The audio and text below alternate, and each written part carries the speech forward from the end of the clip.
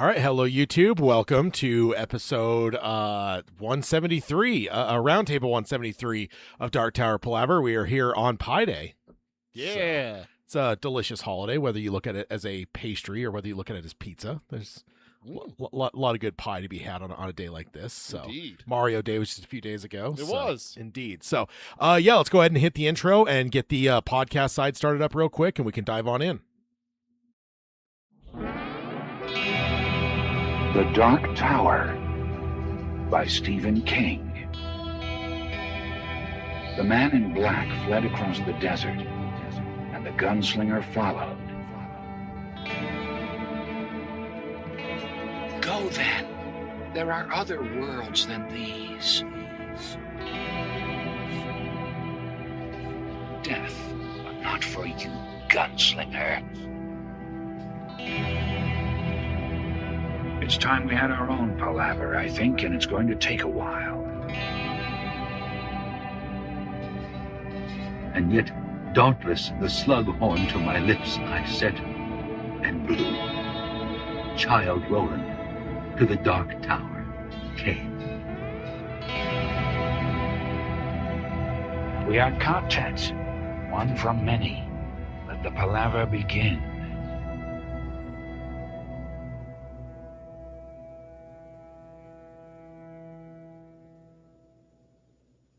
Hello and welcome to episode Roundtable 173 for Dark Tower Palaver, where we talk all things Dark Tower Palaver and all things Stephen King, because all things serve the tower.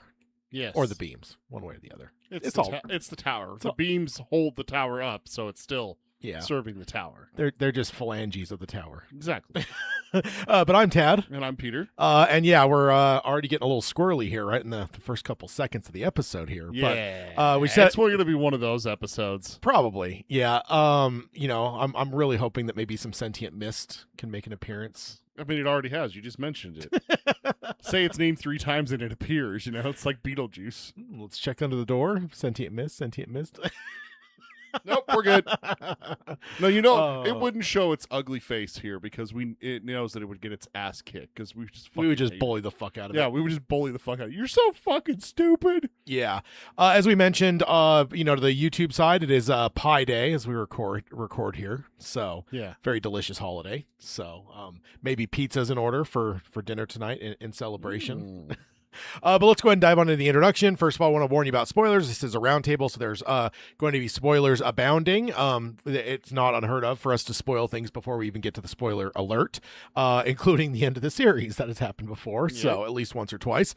So if you haven't finished the 7 primary books of the Dark Tower series, you may want to cry off this episode and stick to our book club episodes, where we stay where we're at or before we don't jump ahead. We have a small spoiler section at the very end sometimes, depends on the book. We haven't really had a lot in this last book, but the book's so self-contained, there's not really that much that jumps ahead too much. But we always warn you on those, so those are safe episodes to listen to. You can always shut it off if you're not finished with the whole series. But then, of course, if you want to find a show, you can find us any number of places. Apple Podcasting. You can stream us on Spotify, Amazon Music, Audible, or just any classic podcast service of your choice. If you want to subscribe, rate, and review us on any of those, we'd appreciate that. Then you can find us over here. If you want to join us for the live streams, you can do that over here at youtube.com/darktowerpalaver. And, of course, like, subscribe, and ring the bell for notifications. Otherwise, a pink train will lightning teeth both of us. Tad will have his internet cut again. Yeah, no kidding. North Central Positronics is a ruthless bitch for sure. So they're vindictive. Yes, indeed. So yeah, that's the place to find us on the live streams. We also have short videos. We also have it's March Insanity going on, which we'll talk about that in just a second. Yep. But there is short videos recapping the March Insanity end of round 1. I believe round 2 is going to be ending here. Let's see, or day after tomorrow. So yeah, that's so Monday the 16th. Yeah, so a video shall be forthcoming the day after that. So long as I don't forget. I did forget.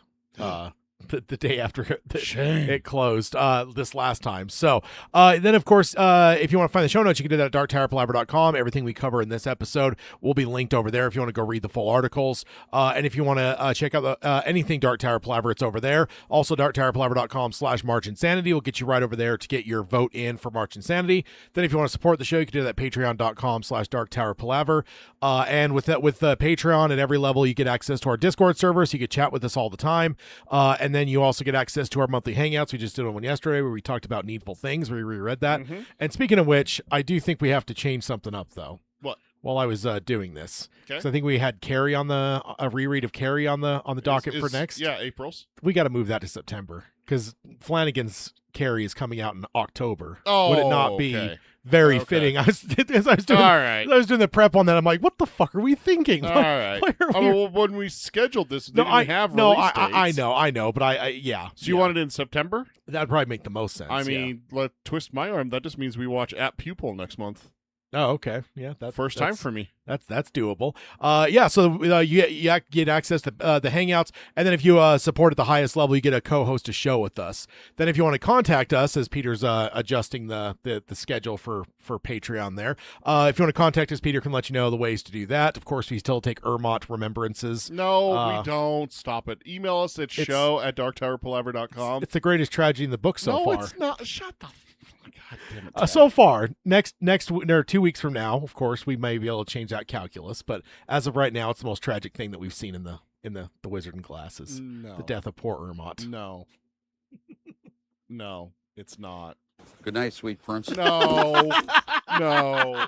God, no. You can also find us on our social media. We got Threads and Instagram. It's Dark Tower Palaver, all one word, no spaces. Our Blue Sky account is at darktowerpalaver.bsky.social. And then Twitter at darktowerpod. That's at darktowerpod. Facebook.com/darktowerpalaver is where you find us over there. And then check out our merchandise. It's tpublic.com/users/darktowerpalaver. Get yourself a hashtag Tad is Terrible sticker, flag, shorts, hat, coffee mug. Ooh, I should get a coffee mug. Flag. That's a good guy. Flag. No. No. No, he's not. Ermont's like what would you call? No, what's a subtitle on a headstone? What do you call that? The thing below the name. That's I don't like beloved epitaph. beloved mother. You know. Yeah, stuff like that. For Ermont, it should be a woman's best friend. Jesus Christ.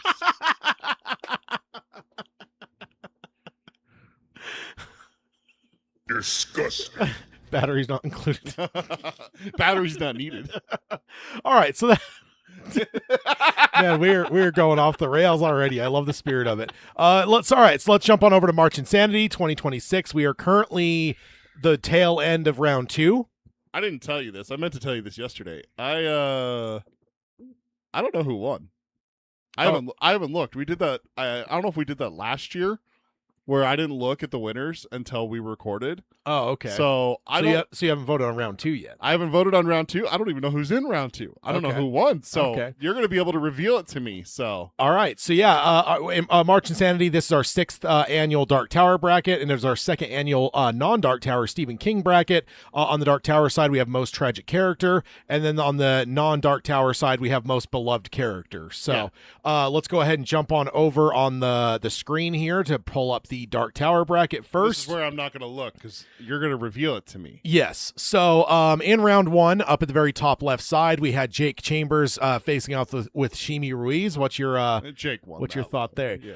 Okay, he did, but it was the tightest race in the entire First round? in both brackets even. Really? So this is the tightest vote, 54-46. Oh, wow. So Shimi actually got Jake sweating a little bit there. Ooh. So Maybe Jake's not like the powerhouse that that we think he is. yeah, he was the most nominated, so that's why he's up in Yeah. the top left. But yeah, getting the tightest matchup in the entire round. That's All pretty right. wild. All right. Then going down a peg to the next one, we have Allie versus Benny Slightman Jr. Any predictions? Ooh, that there? one's interesting. And I think I voted for I voted for Benny. That's Okay. that's who I voted for. I voted for Jake as well. So Okay. Well, Allie took it 62%. Really? Wow. 62% to 38% for Benny Slightman Jr. Maybe some kid haters here in this in our You've voting. influenced our fans way too much, Tad. Oh, and then jumping down to the next one down here, we have Eldred Jonas versus Mordred Deshane. Mordred. No, Eldred Jonas took the victory. Ah.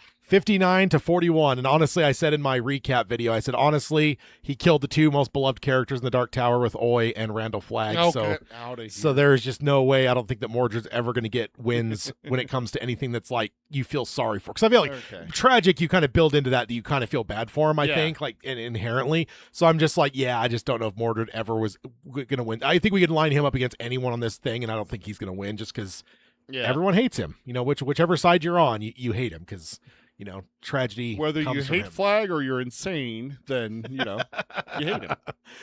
So Eldred Jonas is moving on, and then down in the bottom left-hand side, we have Oi the Brave versus Roland Deschain. It's going to be, I'm surprised this isn't the tightest one, but Oi won, right? No. What? Roland beat Oi 67% to 33%. Wow. So, but Roland is the heavier hitter. He's the one on the outside, so he's ultimately the like he's one of the top 4 for nominations. Yeah, so, I just know how people feel about animals, you know? Yeah, no, that's true. But then again, Oi did go in kind of on his own accord type thing, right? And if anything, like he just went from being some sort of outcast from his society to finding a quartet. So is he really that tragic? Yeah, he watched Jake die. When you watch someone you love die, man, that's I mean that's brutal. that's probably your best argument. And then for to sure, sacrifice himself so that Roland could go on, saving Roland from Mordred, because if it wasn't for Oi, Roland's dead. Yeah. You know, that's tragic that he wasn't able. He wanted just to lay down and die when Jake died. Yeah. And then to have to go on because Jake asked him to. Yeah. That's heartbreaking. Yeah. I'm just double checking my math here because as we're moving over to the other side now, we have Susan Delgado versus Susanna Dean. Delgado. Like this is probably the most lopsided of the entire both brackets again because we're breaking the bounds here to even compare. Susan Delgado won 94% to Susanna Dean's 6%. And I said in my video, the short video I did, I honestly feel good about this one because I don't think Susanna Dean is actually tragic.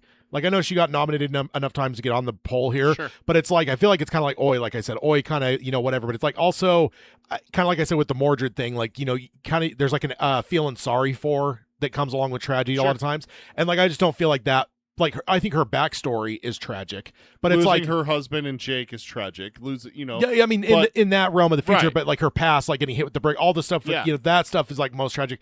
But it's like I feel like she's such a badass. I just don't think that like tragic is the right. It's also the descriptor for her. I think she's above tragic. It's also it's hard to feel sorry for rich people. You know. I mean, there's the Bruce Wayne thing. You know, like people are like, oh, poor Bruce Wayne, he's a billionaire. You know, like. Oh, he's gonna be just fine. It's like the kid just lost his parents. It's like he's got multi-billion-dollars. He'll be just fine. It's like that aspect of it I think applies to Susan a little bit because she is the heir to Holmes Dental. So like when you look at the fact that she doesn't have legs and that she is hit by the brick and everything, when you hear that, you're still like, yeah, well, you know, she's still rich. So, you know, she's still, you know, going to be just fine. I would almost say that the richness or her like wealth is actually more of a tragedy to her life than almost anything else. Cause it kind of outcasts her from like, you know, her community and stuff, right? She's never going to belong in the rich community in the 1960s. And so the black community is going to reject her because she's rich. So it's like, you know, when we find her, you know, as Odetta in like our world, if it is our world, I feel like that's probably the most tragic we see her in a lot of ways because it's just like she is kind of just this outsider that doesn't really have any belonging. Like she's got friends that, you know, might cling on to her. She's using like the she's got friends in the movement is what she says. Yeah. But she doesn't have like close friends. Yeah. Otherwise, I'm sorry, who would not be like, where the fuck did you disappear to last week? You know, like you were gone for 6 days. Where the hell were you? Yeah, it's her driver and her door. The only two people that notice her are driver and doorman. Yeah, so I do feel like, you know, like that element, like I would almost say, because I get what you're saying, but I do think for her it's almost in reverse just because like add the race in there, it's like she's not really ever going to fit in anywhere. And she also is going to have that element of like, okay, the people that actually do like pretend to like me, potentially pretend to like me,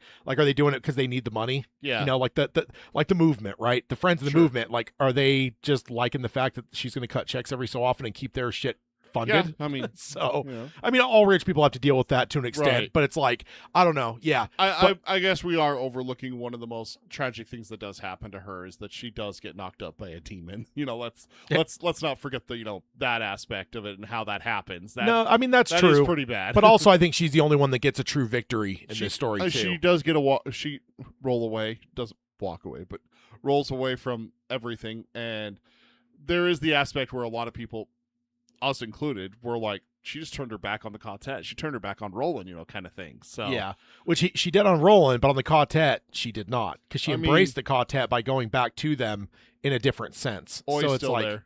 and I mean, Oy and Roland are still there, and so is Patrick. So that's the Patrick's not the quartet. I mean, he's just some reject. You could say that, but he's that's just some reject that's what's there, and she chose an out. That's the thing. To go be with Eddie and Jake, and then what did Stephen King tell us? Eventually, another Oy. Yeah. Probably a dog will show up at some point. Yeah. A very vocal dog. You Yeah. know. So, of course, it's going to be a goddamn corgi too. You know it, right? Like King doesn't really tell us that, but you know it'd be a corgi. I can see it. I mean, he does reference Oi as a dachshund quite a few times. Yeah. Like a mix between like a dachshund and a raccoon. So maybe a dachshund, but probably a corgi because it's Stephen King. So going down a level here, we have Father Callahan versus David the Hawk. Callahan. Yeah, Callahan took it 67-33. So Callahan is moving on. The Hawk got more votes than Susanna. Susanna, yeah. Yeah, indeed. I mean, assuming that everyone voted on everything. Yeah. 'Cause I don't know if anyone ever submitted on just specific ones. Oh. And I have no way of seeing. I don't know if you obviously you noticed because you voted. I've got a new way of doing the polls this year. Yeah. So I think it's actually the most handy we've ever had. Some of the past ones we've had have been a little bit aggravating. Like I do like the captchas and stuff. Yeah. So this one's working out a lot better, I think. So going down another level here, we got Gabrielle Deschênes versus Von Eisenhart. Gabrielle.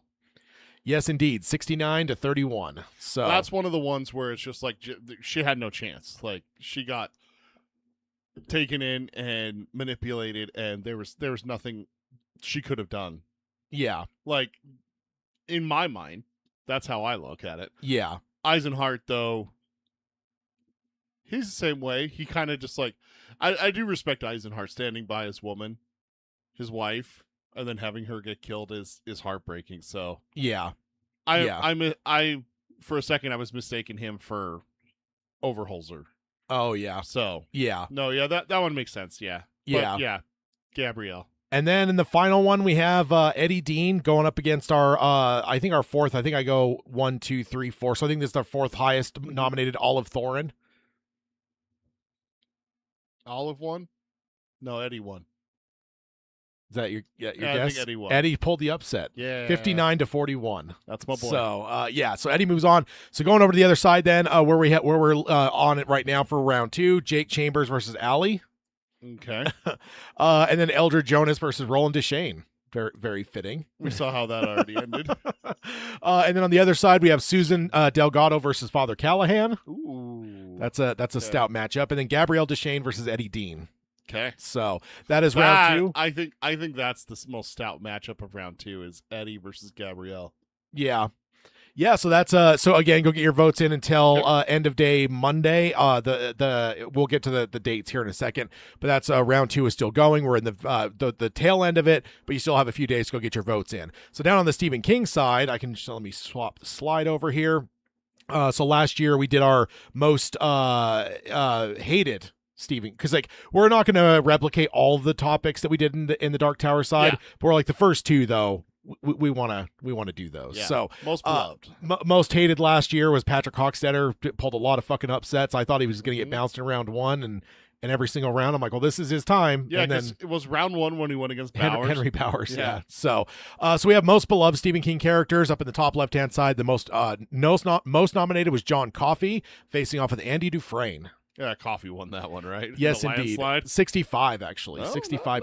not So, as- I mean, and I will say, I think that's the Darabont effect. I mean, you got 2 Darabont characters Yeah. here, but it's like, if the movie Shawshank Redemption doesn't exist, I don't even know if Andy makes this No. poll, let alone, let alone gets that close on John Coffey. So going down one, we have Danny Torrance or Daniel Torrance, as I did in my short, because then I'm not really committing to Danny or Dan, because like it's the same character, of course, but I feel like when you use one or the other name, like you kind of almost fixate on that. Danny is The aspect. Shining. Dan is Dr. So Sleep. Daniel Torrance versus Bill Hodges.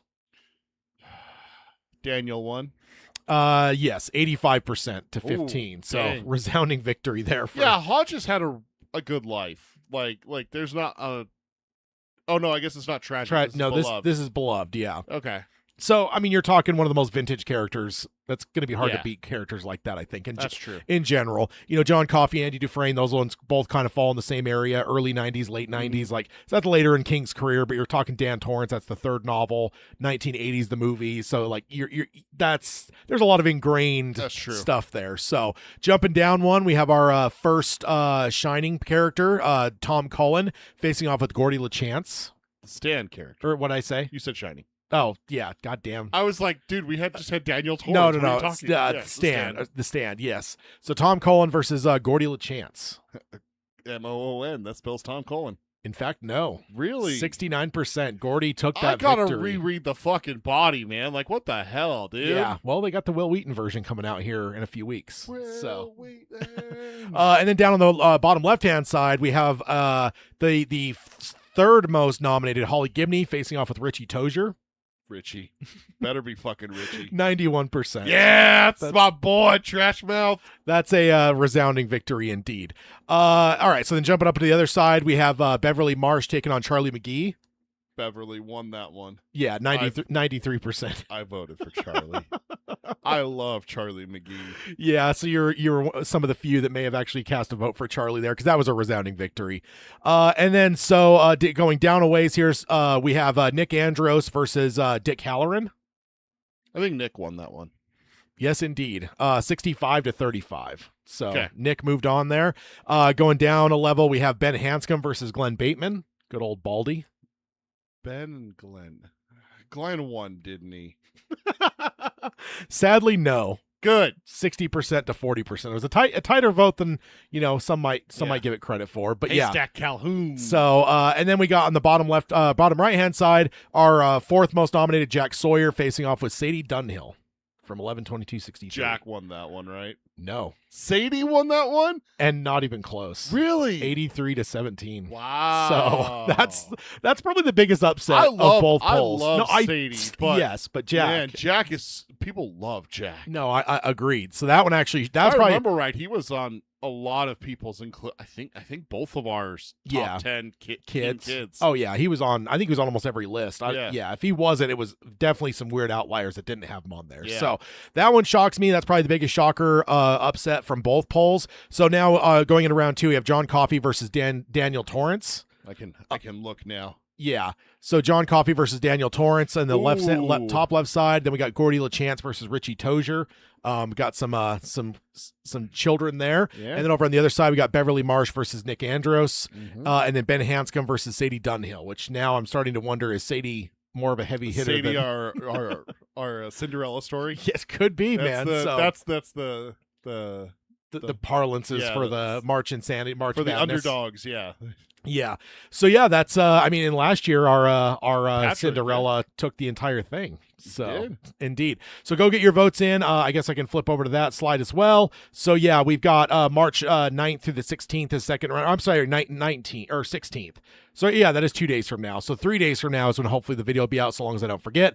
And then we have that'll drive us into the final four on the 17th through the 24th.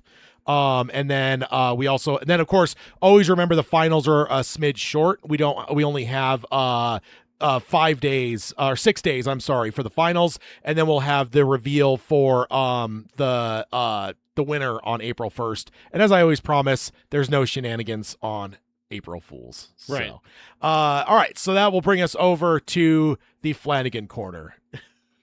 Here we go again.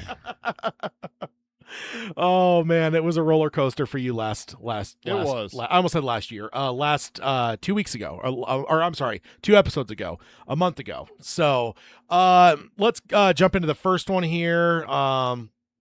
Let's see. It is titled "Your Favorite Stephen King Book Can't Work the Same Way" in Mike Flanagan's Dark Tower series. And this is by Matthew Jackson from Looper on March 8th, 2025, or 2026. Almost 2025. What the hell am I thinking?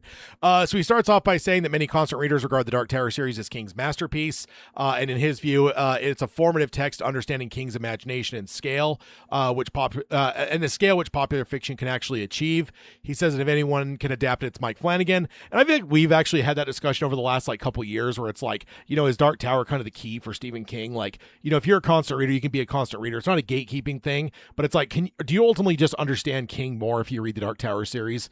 Like, does that kind of almost illuminate other Stephen King books? I mean, I know we say that all things are kind of levels of the tower, but I do feel like there's so much personal stuff to inside the Dark Tower that I really feel like it kind of almost throws a different light on it, to where, again, it's not gatekeeping. It's just a matter of if you're one of those constant readers that's never read the Dark Tower series, I just wonder if you just don't, get to the same depths that Dark Tower folks do. I think it's the best way that I could put it is that it would be the difference between someone who is allowed to look at the night sky to stargaze inside of a city like Los Angeles versus someone like us who can drive an hour west of here into the salt flats of Utah and then stargaze and then be like, yeah, I clearly see more stars. Yeah. I think that's it, because when everything serves the tower and everything is connected to the Dark Tower series, when you've read that, it's like your eyes are open, you can see more, you see the connection. It's like you can see the Matrix, Yeah, it's like when Neo has his eyes open. That's how I would put it. Yeah, and I think the other thing too is just the fact that the Dark Tower has such a cross section of his career, and it's like, you've got Dan and Danny. Kind of gets early in the career and then later in the career. Yeah. But it's like Dark Tower, you've got a cross section where it's like you've got a book that's going to pop in at virtually every phase of King's career, including So far, we are at every stage of King's career, because even Wind Through the Keyhole is in the modern era. Yeah, and then we're about to get another one in kind of, if you want to call it the twilight, in the sense of this is the final years of King. Certainly, I mean, he probably won't be around for 20 more years, right? I mean, we'd hope so, but fingers crossed for that one. Yeah, I mean, you hope so, but I mean, just the way, he's already broken the trends for male life expectancy at this point. So, and with the life he's lived. That's true. That's true. And I'm not, of course, calling on any bad juju. It's just a matter of I don't know. Tad's very much a realist when it comes to this kind of stuff, is that it's going to happen, and he's not going to sugarcoat it. That's just how Tad is. Yeah, and it's like we've got 70... He doesn't want it to happen. No. I hope he outlives us all. But it's like, what do we got? 77 novels right now, and it's like, it's just like I don't know. I mean, King is a machine, but it's like, we're certainly in the the twilight era of King's career. Certainly. I mean, he could also just hang it up too, right? I mean, of course, I don't think he'll ever do that either. I think he'll die writing, because he just can't help himself. I wouldn't be surprised if there's some posts. What's it called? Where, like trunk novels. Yeah, where someone's passed away and then they still have stuff coming out. What's that called? Like posthumously. Thank you. Yeah, but no, and I think we've even discussed that at length a little bit, where it comes down to the fact of there's stuff that King might not see as good enough to publish, but the second he dies, that entire calculus changes, and it's like now suddenly shit that may not have been valuable enough to him, and maybe even readers wouldn't have appreciated as much, but now that he's gone, everything he's ever written there's going to be a demand for it, and it's going to be a matter of his family deciding what they do and don't release. So you brought up something that kind of intrigues me. So we have 3 eras of King broken up on our extended content count. Yeah. Do we need to start looking at a 4th? You said Twilight, and it's got me kind of wondering, is there a break that we haven't notated? I'm not sure if there is necessarily yet. You think that everything from 11/22/63 all the way up to Never Flinch is in the same era? Because I'm even looking at the era previously that we have carved out has 32 entries. We're only in 22 for this one now currently. So if you looked at it that way, count wise, I mean, we're getting up there where it's certainly a full whatever, but it's not like we're necessarily tapping the edges of. Do you think that's what we would call this era? I think we called it the Silver Era. Is that what you deemed it? That the second golden era for sure. Second golden era. That's what it was. So I guess we're actually kind of getting close to the first era though, where we had 24. Yeah. So I wonder if maybe some realignment might happen. You know, Yeah, If and of we- course if it's we- all arbitrary. We just made this up out of Yeah. nowhere. But yeah, no, it's it's definitely interesting, and I know we're tangenting like crazy here, but either that's way, what we do. so he goes on. He points out that we have over the years, he points out as we have over the years, Flanagan's nailed two of the toughest to adapt King stories, but says there might be some pitfalls to adapting the Dark Tower series, and namely Wizard and Glass. He outlines a basic premise of the story and says that it's the fourth book in the series. It's largely a prequel. He points out the problems are it resolves a massive cliffhanger from the previous book, but then spends almost the entire book after that dealing with Roland's first mission as a child. And for TV, this is going to be a problem as it halts all momentum when it comes to the main narrative. And I think we've like kind of maybe alluded to this. I don't think we've ever talked about it though, and that's why I was like, this is definitely something worth covering, because like I don't think we've kind of asked a question where it's like, how do you do it? Like, are we gonna because like it's funny, I just read some stuff about how they're filming the Harry Potter show and how they're gonna film specific scenes like first in every season, specifically so that they can try to maintain consistency with the children's ages leading up to that. yeah, so it's like they would make sure they film like the early stuff of the year as early in the show as possible, probably first, and then film the rest of the season, whatever. Which is why the first shots we had of characters is Harry with Hagrid going to London to get his stuff. That's one of the first things that happens in the book, Yeah. So I think we got the same thing here, right? We know that I'm sure Flanagan at least once has shaken his fist at Stephen King for making Jake a boy, because that is just some of the hardest shit to deal with when it comes to, and Flanagan's never dealt with this. Flanagan's only ever done miniseries. He's never done an extended show, let alone with a child. So it's like that aging element that it's going to be tough. So he points out how some of your favorite shows, they may have spent an episode spinning one character away from a larger ensemble, either for a single episode or even sometimes just a subplot of an episode. And those tend to be very unpopular. And this would likely be an entire season of that. And that's kind of interesting, because that's the thing I don't think I've ever really, I've definitely thought about it from the perspective of Jake's aging, but it's like, okay, what if like fans really fall in love with like Eddie Dean, Susanna, Jake? It's like now you're suddenly saying there's an entire season we're not gonna have them. I would because like the Wire's that way, for instance. The Wire largely is like it's the drug trade, but there's one season that they jump away from like the streets and like a lot of the characters we know and love, and they jump and start showing like a bunch of like white dock workers, and through that you kind of see how like the drugs are getting smuggled in. And dude, everyone just roast that season, because it's like everyone we've loved in this show is suddenly just not here for a season. I truly get it. Like you build up the show for X amount of seasons, and then you jump away from those characters. Imagine if Better Call Saul all of a sudden jumped away and we had a season about Jesse Pinkman. Yeah, I love Jesse Pinkman, but the show's Better Call Saul. I want to see Saul. I want to see what's going on with him and everything like that. I think the easy answer to this dilemma is that you just don't do Wizard and Glass in the Dark Tower series. We talked about the movie. You do like one of the 3 movies he's talked about he wants to do. Or you do, but you do a prequel miniseries? Yeah, entirely different characters. Because how cool would it be? Like you get through the Dark Tower story. I have one challenge for you, but go ahead. But yeah, I have one challenge. You get through the Dark Tower story where Roland reaches the tower. Do we get a conclusion? Do we get the book ending? You say book ending. Other people say, give me a conclusion. Maybe that's what King is really going to be working with. This is that, hey, let's get a a period instead of a ... kind of thing. I understand where you're coming from, and I'm 95% on board with you. There's 5% of me that's like, I'd love to see what King says should be the ending when Roland gets to the tower for the final time, kind of thing. But back to the Wizard and Glass part of it though, is like without that context for Roland, are you truly going to be able to experience this series? Let alone, we just covered it in our book clubs. The beginning of this goddamn journey is in this story.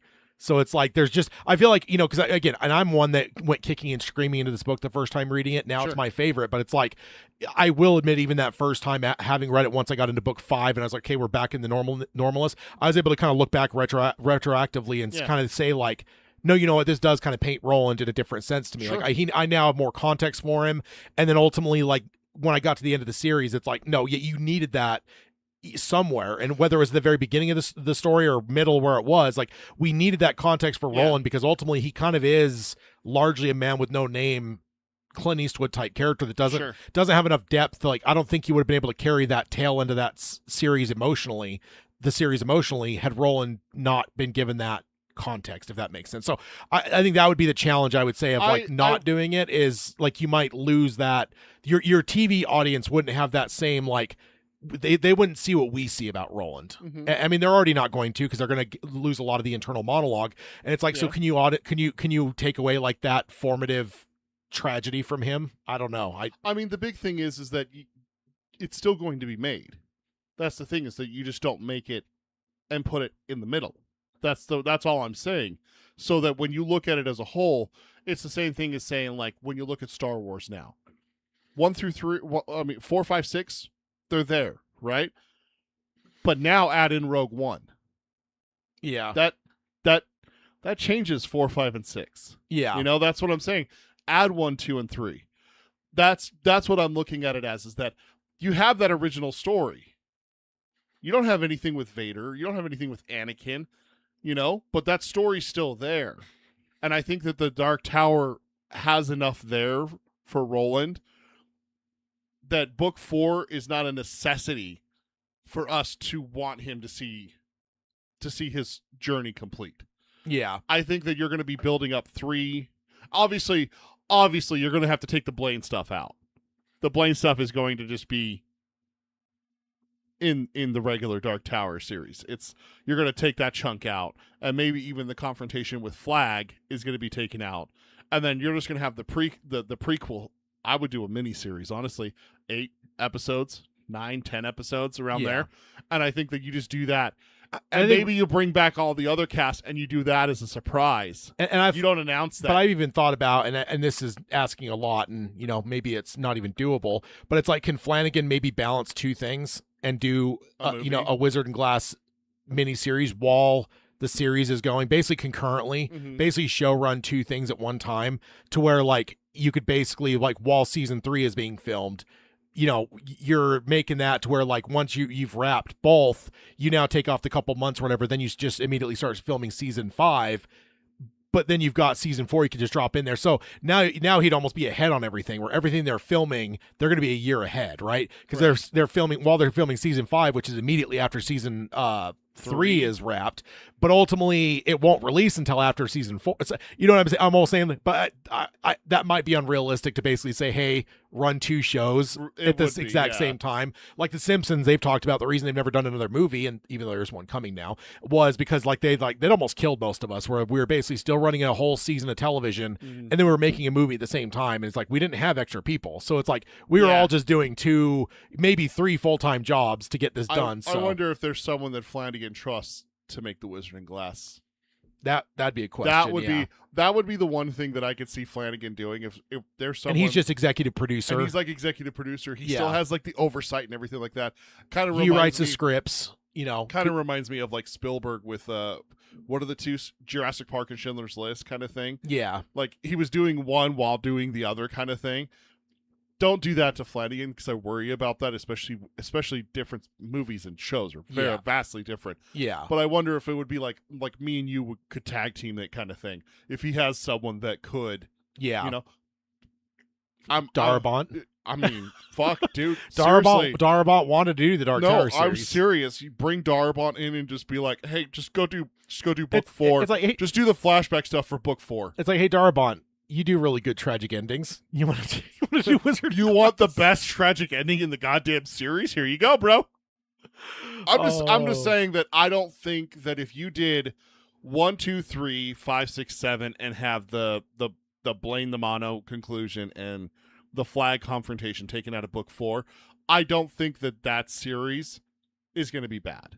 I don't. With Flanagan makes that, and then Wizard and Glass is made separately, whether it's a movie. I would do. But I'm saying, if you brought in like Darabont and made it concurrently, and basically make it the exact same time you're making season 3. So then when season 3 is over, the next 6 months later, when the season 4 should be starting, Darabont's is starting, but at the time that you would normally be filming season 4, Flanagan's now filming season 5, right? So that you don't ever lose the Jake age. Like Jake's going to age over the course, right? Ultimately, the Jake actor is going to probably age 5 to 7 years if they did a season every year. But it's like you would now keep that to where it's consistent. You're now not suddenly he's Yeah. not aging 2 years Right. because you basically skipped. And the cool thing is there's almost no crossover when it No. comes to like actors. You wouldn't need like an actor playing in both. Now I do think they'd probably film some subsidiary shit where like Roland's telling them the stories around the campfire and you know, shit like that. but that's easy stuff to Maybe just the film. maybe the break where they go and take leaks and stuff like that.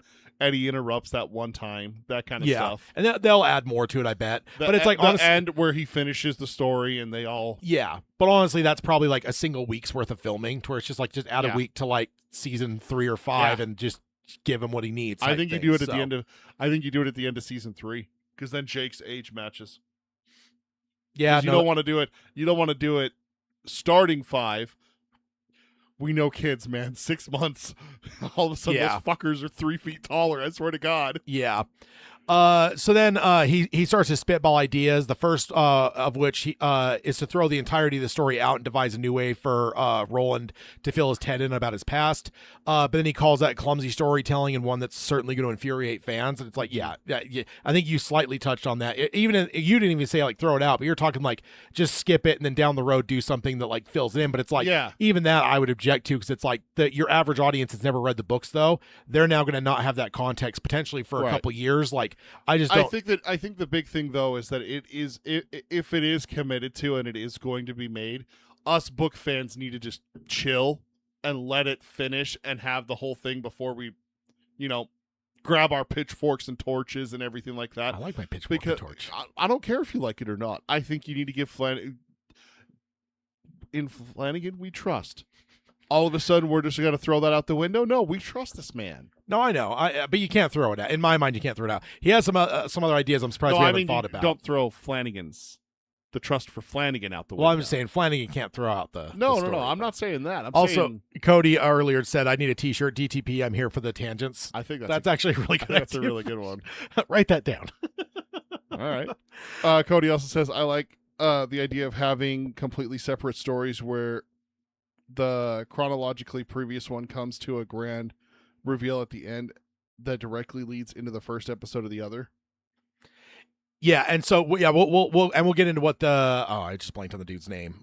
Matthew that wrote this article gets into. So he says, I mean, of all things you or I'm sorry, this is just me recapping and stuff. I mean, of all things you might just do this is just impossible and definitely nothing Flanagan would do. And again, that's my response to what he's saying about basically throwing the story out and just kind of like trying to fill in the story another way.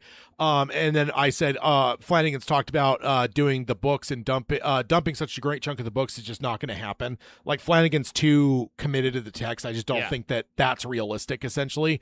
But I don't disagree that there are problems that arise from doing the books as written in TV form. He then goes on to point out how a chunk of the Gunslinger tells some of Roland's backstory, as well as Little Sisters of Illyria and Went to the Keyhole are both largely prequel stories. He goes on to point out why these stories are so critical to flesh out Roland and his standoffishness towards people being that associate with him, and even why he's pursuing the tower in the first place. So it's like he's now throwing also into the equation. It's not just Wizard and Glass. What about Went Through the Keyhole? What about the Little Sisters of Illyria? What about all the flashbacks in book 1? Like there's almost probably 2 full seasons worth of like Roland Baxter, and now all child, right? When you get to Little Sisters, like that would have to be your actor playing Roland as an adult. Like you'd have to have that actor, so that's not even as neat and clean as just child Roland. To the Dark Tower came. Mm-hmm. Can't say child Roland without I that know. coming to mind. And then he dives into the fact that Mike Flanagan has proven to be a master of non-linear storytelling. He admits that the thought of Wizard and Glass being chopped up into pieces and placed throughout the entire narrative might make some readers nervous, and it made him nervous as well. But then he basically talks about how Flanagan has largely made a career out of non-linear narratives through movies like Oculus and shows like Haunting of Hill House, where he masterfully weaves the past and present together elegantly with plenty of terror and emotion. He points out how Flanagan knows exactly how to make each segment of the past mirror something in the present for the biggest impact, and he can do that not only with Wizard and Glass, but everything prequel for the series. What if we literally are having it just tied into the entirety, and you literally just find what parts of Went Through the Keyhole, what parts of Wizard and Glass, and what parts of Little Sister of Illyria, where would they fit? And you almost do the Godfather 2 thing, where throughout the entire series, you have sometimes one episode in season 2 that jumps to Little Sisters of Illyria. You have an episode in season 3 that jumps to Wizard and Glass.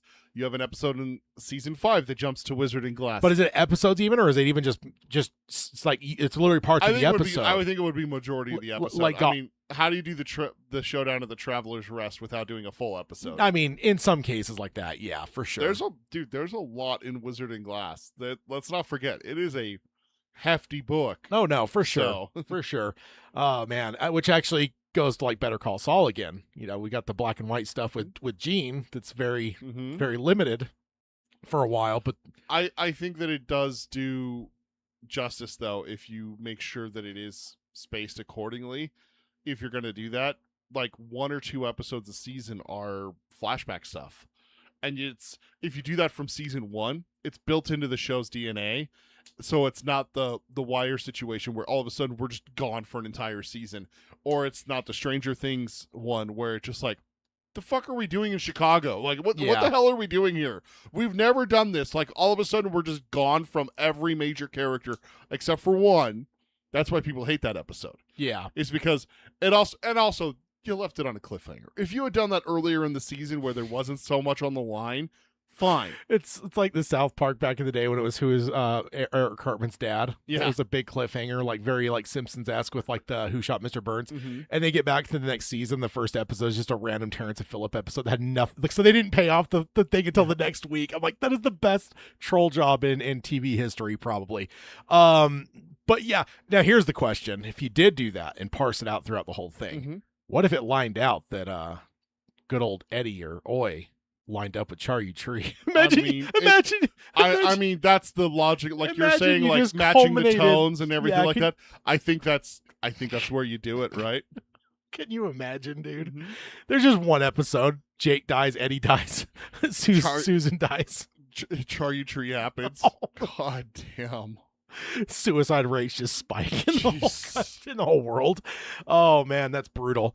He also points out that so much of Roland's past shapes not only his story but the entire overarching epic of the Dark Tower, and Flanagan can build that right in to what he's doing brilliantly. And honestly, this is why I really wanted to cover this, because ultimately I just think that's a genius thing. Because like honestly, I'm not sure how I haven't thought of that. Because honestly, is there anything Flanagan's done that's just purely start to finish? Like he always plays with time. I think Dr. Sleep's probably the closest, but even there's a few times where he like bamboozles you with the time where it's like, oh shit, wait, that's not lined up. But overall it's like Bly Manor, Hill House, House of Usher jumps all over the place. Midnight Mass doesn't have a ton of time. Some though, because you flash back to the like where they find him and stuff, and you're kind of going through that whole thing. The finding the vampire and stuff. So that's like the one scene really. But I feel like Flanagan just loves to play with time and even his movies and stuff. So it's like, honestly, I'm surprised we haven't thought of that before, but it's like, yeah, maybe that's a thing. But even still though, if it comes down to a thing where you're having a whole separate cast for that, do you really like expect, does Flanagan do all of that and literally just juggle 2 casts throughout the entire show? Or does he get someone to maybe, tag team and do like the flashback stuff? And so you have parallel shows, and then you literally just edit it all together, and it's just very Godfather 2-y, where it just, is flashing back and forth like whenever it's thematically necessary.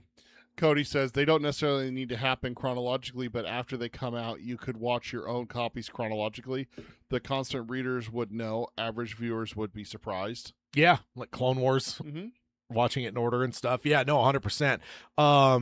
Yeah, no, I think it's a genius idea. He then closes by saying that when you judge what Flanagan's done previously with King's work, we can rest assured we're in good hands. Yeah, with Flanagan, and that's what I'm saying. Is like, let's not lose our trust in Flanagan. No, and I also just think it's just not realistic in the sense of, because he is so like, fidelity to the books has generally defined his King works, and so I just don't think there's any way he's dropping that, or even letting it slide so far that we, it's just like a postscript where it's just like a secondary show, a mini series that comes out way later. It's like, because I feel like he would understand how much that would take away from your average viewing audience. That now would just Roland is like, you're going to humanize him some, but it's like you're just not going to have that same. You're still going to be sitting there going, "This is the guy that massacred that town." Like, I don't care if you're a little sad here. Like, I think that I think that that's a little bit extreme, and I think that that's. I don't think you're giving Roland enough credit for how much how far he's come, despite Wizard and Glass. I think that if you take Wizard and Glass out, I think the fact that he rescues Jake again at Dutch Hill, he promises not to let him fall, rescues him from Gasher and TikTok Man. I think there's enough there for Roland to be a character that we care about without Wizard and Glass. I think Wizard and Glass makes it exponentially more and humanizes Roland to a point that in books 5, 6, and 7, you look at Roland completely differently.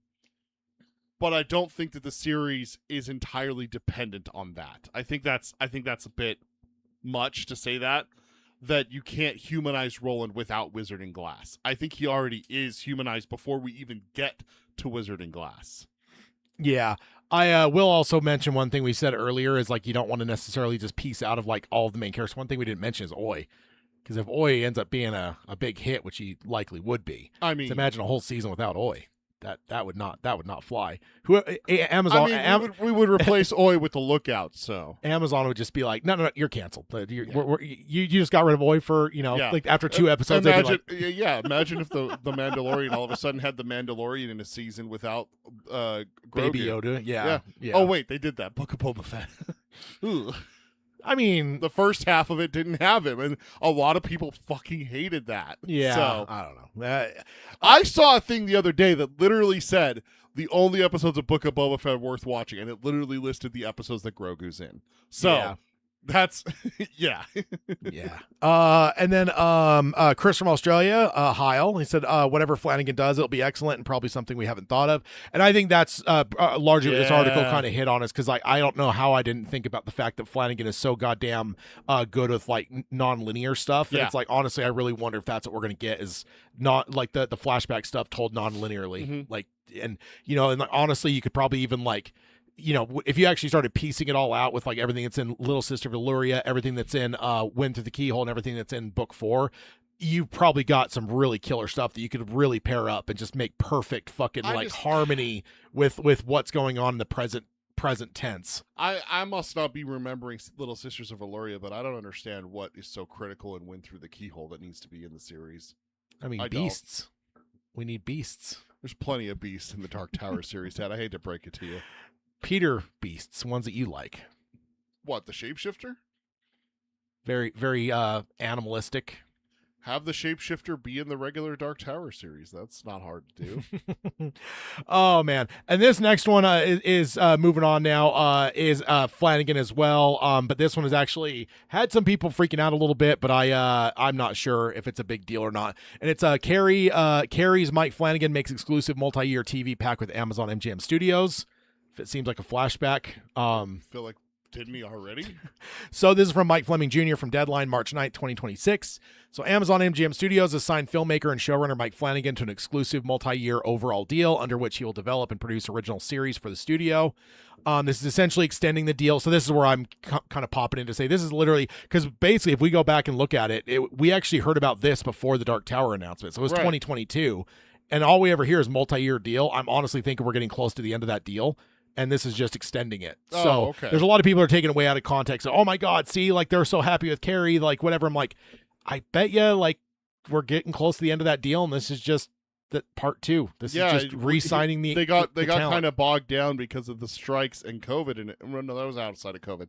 But the strikes and everything like that happened in 23, 24, right? Something is that like that? Yeah. 24, and then it ended in now 25, 26 is where we're getting. Yeah, something like that. All of it pushed out. It's all a blur. And everything. But yeah, this is just one of those things where it's just like, we still want him. He hasn't even put anything out on them. For them. Yeah, that's true. Because he's largely done movies and stuff. So, but I will say though, I don't think it's overreacting to say it must show that Amazon's happy with Carrie though.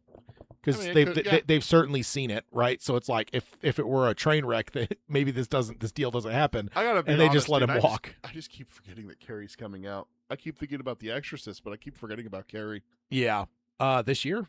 Yeah, so exactly. You mentioned it earlier, like with our hangouts and everything. And I was just like, Oh yeah. Yeah. Whoops. Yeah. And also shortly after he signed his first deals, when he announced he had the rights to Dark Tower, and he mentioned specifically that Dark Tower was carved out of his deal with Amazon. So if they don't want to make it, he's free to shop it elsewhere. No word on that kind of thing now, but I'm almost guaranteed that, I mean, because that's also rarely part of these kind of stories. Like Deadline and all those places didn't report that back in 22. It was Flanagan when he announced, I've got the rights to this. Yes. He specifically said, hey, a month or so ago, I signed with Amazon. This is carved out of that deal. So if they don't want to do it, I can still shop it elsewhere. Yeah. So it's not really part of this kind of reporting usually, but I have to think it's safe to assume that the deal's worked out the same way here, Right. to where like if Amazon doesn't want it, or get the tinfoil hat on, maybe with the seeing what Carrie has, they basically just said like, you've got a green light for the Dark Tower. We're not announcing it right which now. Which is one of the theories you had. The reason why The Exorcist and Carrie and stuff like that was being made is to be like, hey, Amazon's been burned by the Dark Tower before, burned, air quotes, Yeah. burned, that it never got made. Show me what you can make first before we give you a green light on Yeah, this. it's a kind of the Carrie specifically to show me, right? Or I think the way that you put it a couple years ago when we talked about it is when they announced Carrie, a lot of people were up in arms going like, what the fuck? I was one of them. Like, why? Yeah. And you're like, well, hold on. What if this is Amazon's going, you got to give us something first before you dive into a 6-season, 7-season show about the Dark Tower. Likely a 10+ year deal. Yeah, like you got to give us something else first, then we'll talk about that, kind of thing. Yeah, and also tinfoil hat still on. Kind of makes me wonder. Last time on the last episode a month ago, we covered that Flanagan said the first season of scripts were done and King loved them. Mm-hmm. Might Amazon have seen those scripts? Would make So, sense, right? I just kind of wonder if long term, like 4 years from now, we look back at this announcement and find out that basically that Dark Tower was included in this deal because they basically said we're signing up for it. Which is, it's a timing thing. You don't want to announce it because there's always timing elements and stuff, but it's like they don't want to announce it now, but because it's like what did it take us, years to find out that Flanagan got the deal for this like a month after Mazzara's expired. Like Radford Mazzara got told no by Amazon. He shopped it to a few other places. When he didn't get any bites, it reverted back to King and it was immediately sold to Flanagan. We didn't find that out for years. So I'm just wondering if years from now we find out here that, because I'm still convinced Amazon, because again, Amazon spent millions of dollars to shoot a pilot. I just don't think they were happy with the idea of what Mazzara was doing, and I think starting with book 4 was a mistake.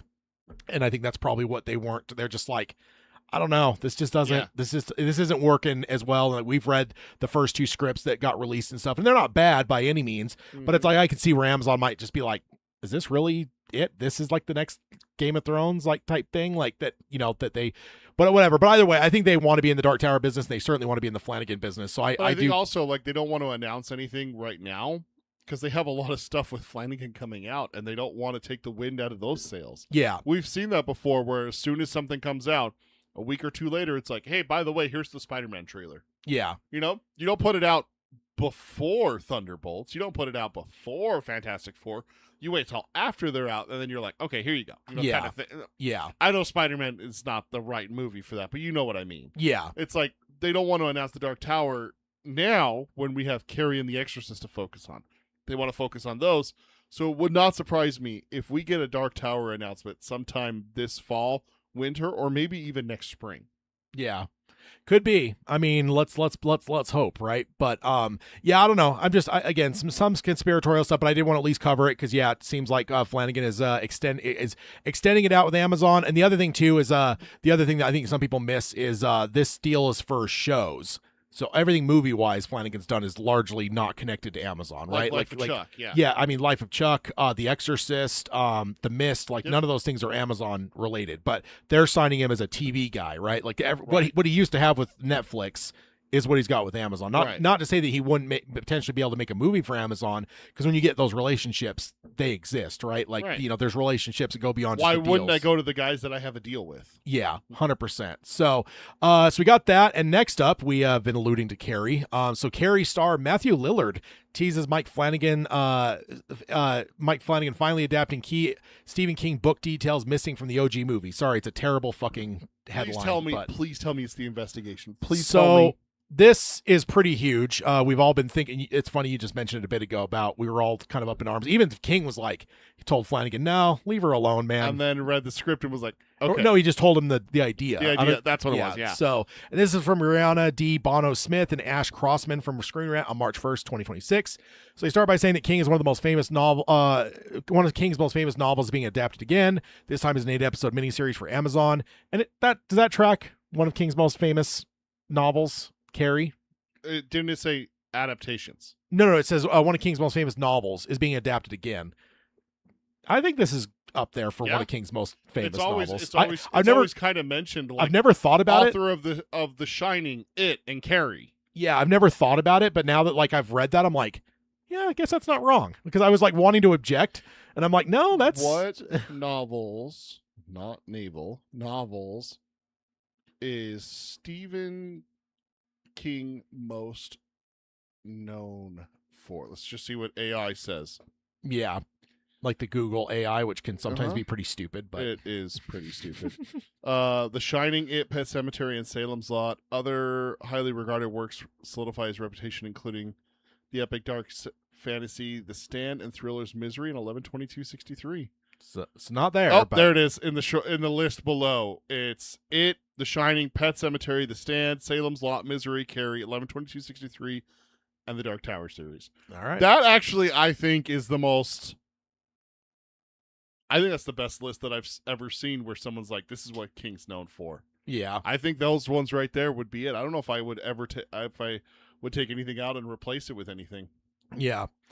So Matthew Lillard, who was in the series, in the Carrie series, is going to be in the Carrie series. He's I filmed forgot already. about that. I'm excited about Playing that. the principal. Yeah. He was interviewed by Screen Rant while doing a press for an original series called Going Method, and he spoke about the concerns about the adaptation and how faithful it will be to the novel. And all I'm going to say here is I hope Matthew doesn't get in trouble here because this is probably the most information we've ever gotten about this adaptation. Okay. So, and they've been keeping it very hush hush. So I'm like, Matt, I hope he didn't just get in trouble here because this is like, yeah. So Is this Mark Ruffalo and Tom Holland level? this is a lot. I mean, it's the most we've had so far for sure. So we've had some allusions. We've had some things that said that's like gets just close enough to where we can kind of start to infer and be like, oh, Yeah. I wonder if we're going to be like modernized, if there's going to be, digital, like, online stuff. Yeah. Who knows? Like there's been all kinds of things. So quote, we finished the 6 month shoot in Vancouver just before Christmas. It was awesome. So much fun. In case you don't know, Carrie had a movie that came out. Fucking Matthew. What? Brian De Palma shot it with Sissy Spacek. There's this iconic image of her being covered in blood at the prom. All of that is great. It's a very specific portion of the book that was pulled in to make that movie. That book is pretty dense and has a rich tapestry of things that weren't in the De Palma film. So Mike and then Flanagan in parentheses, we just said Mike, went back, pulled out other elements from the book, then took real life examples of what's happening with bullying in America and applied them to his new adaptation. He's literally ripping things out of the headlines and applying them to modern day so people can relate to what Carrie's going through. He then looks at it from 3 points of view: the parents and how they deal with it, Okay. the faculty at the high school where I play the principal, and then there's the kids. So it sounds like we're getting a 3 views on the entire thing. I don't know if this Okay. is like a Rashomon, like Yeah. seeing specific things from like and hearing it from all different angles, Oh or God, Flanagan's gonna do it like he does like a Haunting of Hill House, where we're gonna see the same scene 3 times from 3 different points of view. yeah. Oh, I'm wondering. I mean, I don't know. It might be. That's where I'm kind of wondering. Yeah. And then he says, and I think what sets it apart is that Mike is an incredible storyteller. He's so good, and I think he's particularly good at Stephen King. That's an understatement. Yeah. His tempo, the way he approaches the work, and honestly, with which he builds characters are great. It's an incredible cast of young actors. Summer Howell plays Carrie, and she's incredible. Samantha Sloan plays the mother, which is an iconic part that will be a star-making turn for her. So that's some high praise to, and yeah, I mean, honestly, that's probably the best role in the whole thing, right? And Samantha getting that role, I think we've all talked about with that's probably a good fit there. Also, if we end up doing The Mist and we end up getting Mother Carmody, another reason it cannot be her. Because not only to play the character of Midnight Mass, but then to play Carrie's mom, you now cannot make her fucking Mrs. Carmody. No. You cannot. That would just be ridiculous in my mind. Let's not start typecasting her. Yeah, exactly. But I do love that though. So an iconic part that's a star-making turn for her. So Matt is predicting this could put her on the map. Good. As an actor. So then he says, I'm really excited for it. For me, being Mike Flanagan's world is one of the best things that ever happened in my career. Just being amongst those people, they become friends, and and that has just been an unbelievable experience. So that's again a huge quote, but there's a lot going on there. Yeah. So I kind of wonder, again, from the faculty and parents perspective, I really do wonder if the investigation might be the route we're going, because if you're seeing it from all those different perspectives, what if you're framing it like Oppenheimer, where it literally is like the hearings and shit, and as each of the different people are testifying, like you're like showing what they saw. Flashbacks, and you're showing it from their perspective, like I don't know, it could be very interesting. And the modern day stuff is the stuff that I feel like is probably the most obvious, because I feel like Flanagan said some stuff that made me kind of assume that we're probably going to be a little bit more modern day, which is cool, because I think the last time we did Carrie as a movie, it was just in the very first phases of cell phone stuff, but it was nowhere near the level of like social media and what it is nowadays. So TikTok wasn't even invented back then. Yeah, God, what year was that last one? 2012, wasn't it? 2013. Close. So it's not 2012 just didn't feel right, but I couldn't think of the date off the top of my head. But yeah, that was just a whole different world for social media than what we have now. So what do you think? I'm on board. I had some qualms with it early on, and some, what's the right word, reservations, but I love the story of Carrie. I'm kind of worried that we're not going to get the investigation side of it again. I think I'm thinking the exact opposite of you. I'm worried that with having the parents and the faculty and the students, the kids' perspectives, I don't think that leaves room for the investigation. Unless you're doing them as witnesses, that's the only way that I can see that including the investigation. And again, do it like Oppenheimer, where like the testimony is what flashes you into like you're kind of bouncing back and forth. But I'm gonna say one thing that's different between Carrie and Oppenheimer is that a lot of the people that would have scenes with Carrie end up dead. The gym teacher, for example, dies. Yeah, you can't have her testifying. But you'd have the only student that survives really is Sue. Yeah, but there's going to be the roundabout like conversational, also like the social media stuff. What social media posts are posted by people that are dead? Also, oh hey, yeah, we were in the teacher's lounge chatting about this, and so teacher that was killed told me that she saw this. Like you could do kind of like hearsay, but that's hearsay stuff, and I don't think you can transition to. Okay, so the gym teacher told the English teacher who's testifying what she saw in the locker room. How do you show that then through the English teachers? Oh, this is what she told her. So you're going to be going from the testimony to what the gym teacher told her to the law.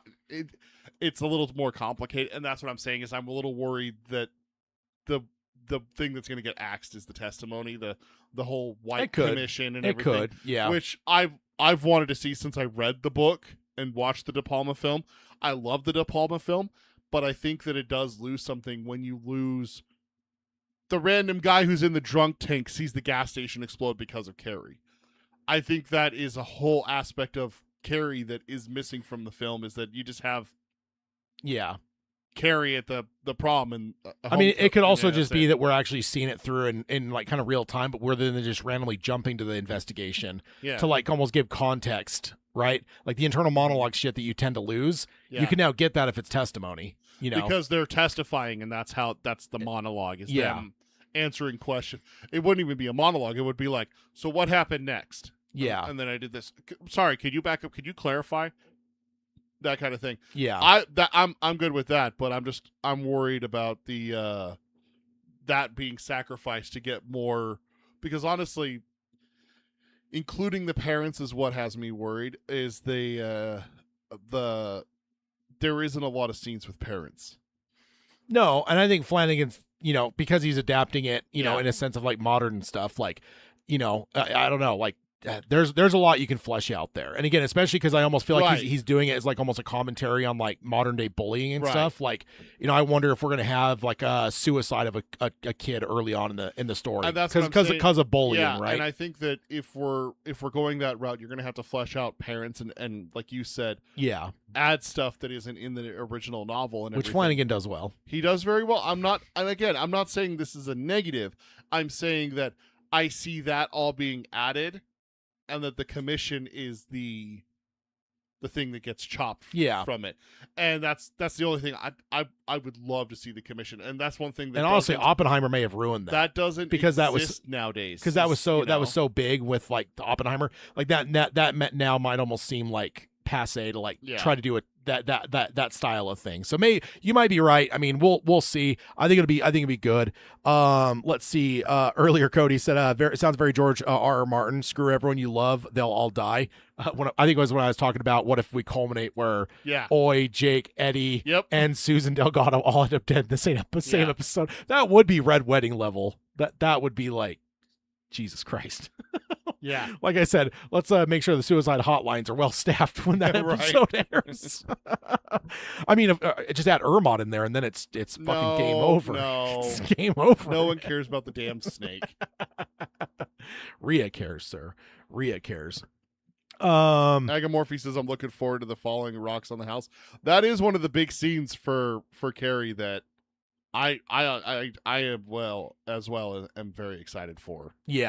Yeah, so I'm definitely excited to see what, especially with Matthew Lillard's like again. And I'm hoping this is strategic. If I remember right, Matthew and Flanagan have been friends for years, if I remember right. And this is one of the ones they've been friends for like a long time, but it's only recently that he okay. started putting him in his movies. I believe it was Matthew Lillard. So like with that, I'm kind of wondering if this is a strategic thing. We're like, oh hey, I'm gonna be interviewed about this, and Flanagan's like, okay, we're now kind of in the like that stretch of like we've got a few more 6 months or whatever. Yeah. Like now's the time we can start throwing out some small chum the waters a little bit. Yeah, exactly. Then we got a trailer probably in a couple months or whatever. Well, probably not because it's TV. So probably won't see one until like football season starts up. Most Yeah. likely like late August, early September. yeah. So, all right. So let's go ahead and jump on over. We got some more Flanagan news. So after the Mist remake news caused an uproar among Stephen King fans, Mike Flanagan has responded. Oh, this will be interesting. Peter's leaning in here. So this is from Eric Eisenberg from Cinema Blend on February 24th, 2026. Also, I didn't pick the picture. I do appreciate it, though. I do appreciate it. And for anyone watching on the pod or listening on the podcast side, it is the Thomas Jane. Drayton. I think that's his name. Yeah. Frank? John? I'm blanking on his goddamn first name now. Eric. No, Eric Draven. I'm thinking The Crow. God damn it. Drayton. David Drayton. We were way off. Samsonite. This is way off. All right. So Eric starts out by saying that despite all the contributions Flanagan has made in the world of King adaptations, he still managed to cause an uproar the previous week when he announced the plans to readapt The Mist. He says that the Darabont film, Eric talks about the Darabont film still being beloved even 19 years later, which is wild. We're 19 years removed from The Mist. Yeah. So, and then says if you're one of those, relax. Okay. That's what Eric says there. He, when asked on Blue Sky why even do this adaptation, Mike Flanagan responded with two different posts. We're just going to smash them together here.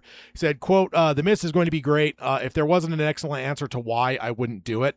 And for what it's worth, I got the same but why comments for The Haunting of Hill House, Bly Manor, House of Usher, Carrie, The Exorcist, Ouija Origin of Evil, and even for Life of Chuck." So basically, he's kind of gotten this response to basically everything that he's done. Almost. And I've been lucky so far in my career to only take projects I'm really excited about. I mean, honestly, I want to say that I don't think there was kind of a why element for Dr. Sleep, but I do think there was a lot of doubts about Dr. Sleep when that was announced. Because it's like, what the fuck are you going to do, man? Like the Dr. Sleep book, you're not going to be able to adapt that because, Stanley Kubrick's movie exists. You can't just ignore, like, even we talked about that where like we didn't have the podcast back in the day. Or no, we did. Or wait, no, we didn't. We weren't talking about non-Dark Tower stuff as heavily back then. Yeah. So we didn't cover much, but I know you and I one-on-one did or whatever. So Eric goes on to ask what is the why? But Flanagan is not ready to share. I'm kind of just setting the stage here. But then Flanagan does say in another post, quote, "I love Darabont's film and there's zero point in remaking it, which is why I'm going a different direction." And then did a smiley face emoji, but like an old school colon and bracket. Yeah. So I do appreciate that. So what do you think there? What different direction can there be? Yeah, That's my okay. Yeah. And then finally, in yet another post, Flanagan was asked if there would be no which ending was better, Flanagan or Darabont. Basically, someone kind of questioned, like, so there's not going to be any like Flanagan Darabont who had the better ending type thing because they're apples and oranges. It's essentially what the person asked, and he responded and said, "I learned long ago never to predict what the fans will or won't argue about." Quote, and in parentheses, "Everyone needs to relax, frankly. I just saw a whole chain of people foaming at the mouth over a fan-made AI slop poster for The Exorcist." And then close bracket. But yeah, this isn't a retread. The differences start page 1. So, Okay. yeah.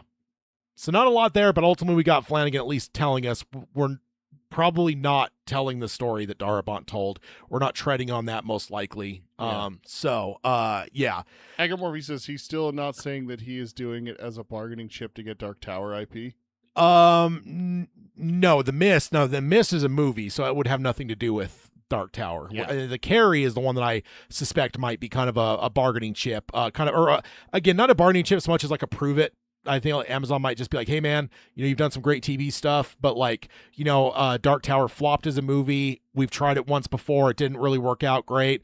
And also, honestly, as much as everyone loves your Dr. Sleep movie, it didn't do well at the box office. So can you just like do something Stephen King for us and like show us that, whatever, that it's worth the investment type thing." So again, that's just me conspiracy theory a little bit, but Yeah. so then that will carry it. Chris does say Flanagan can always find a new approach. Look at the Fall of House of Usher, for instance. Yes, exactly. And then let's go ahead and jump on over to the next one, which is also Eric Eisenberg from a couple days later. And this one, he has an article titled 4 Theories About How Mike Flanagan Plans to Approach His Remake of Stephen King's The Mist. Oh, you had to put her on the screen, didn't you?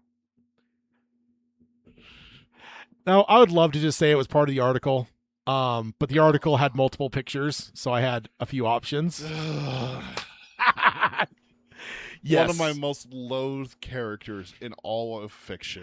Yeah, so it was another. It's Mrs. Carmody, by the way, for the audio listeners. No, there was a few. I forget what the top picture on the article was, but I was like, as I was going through and reading the article, I saw that picture. I'm like, well, that's going to be on the screen because Hashtag Tad is terrible. Just for Peter. Eric Eisenberg Cinema Blend, February 2026. A few days later, he dives into an article where he starts to theorize how Flanagan might approach this adaptation. He says he can see 4 ways Flanagan approaches this project, but the bread and butter has largely his bread and butter previously has always been largely to stick pretty closely to the books wherever possible. But since that's already been done by Darabont, this is kind of what he thinks Flanagan might do. The first one, beyond the high concept plot, everything else is new. So basically, the Mist itself is there, but everything else might change. Like we could just tell a different story. He says he shows that when you break down the plot of the Mist, it's fairly straightforward. Small town is besieged by a mist full of man-eating monsters and a collection of people who are trapped together in a store with a mix of fear and religious fervor, making the situation even worse. He said, "What if it is a much more diverse community and the tensions are already high due to ugly prejudices?" That could actually be kind of an interesting take. Or what if instead of a grocery store, the setting was somewhere with a lot less resources? Oh shit! Now we're talking about turning the fucking heat up. Can you imagine? Because a grocery store would be probably one of the best places to be trapped. Let's be honest. I mean, yeah, especially a small town grocery store, because you go to a small grocery store here, like where we live. It's 95% food. It's not going to have food, medicine, that kind of stuff, but it's not going to have yard tools. It's not going to have. There's bigger stores down the street that cover that. You don't want to try to compete with those. Yeah. So they do small, but when you go to a small town like this, like in rural Maine or somewhere like that in the country kind of stuff, they are going to have that kind of stuff. They're going to have fertilizer. They're going to have, gardening tools and potentially even weapons kind of things, knives and maybe even guns. Some of them, give me a like that box of 30-30. Let me put it in the groceries cart next to my milk kind of thing. There's that one that went viral. I don't know where it's at in the United States, but it's a donut shop but they have a gun counter. Yeah, like that stuff exists in America. God bless America. I was going to say that must do really good business with the cops. But I think that when you change that, though, especially in a small town, if you change it to something else, that is going to up the ante a little bit, because the lack of food. Yeah, we know add that heat to the whole thing. All of a sudden, everyone's going to be hangry. You Yeah. know, hunger and anger. Yeah, and maybe we get to cannibalism. Oh, get to it. Yeah, let's eat the little kid.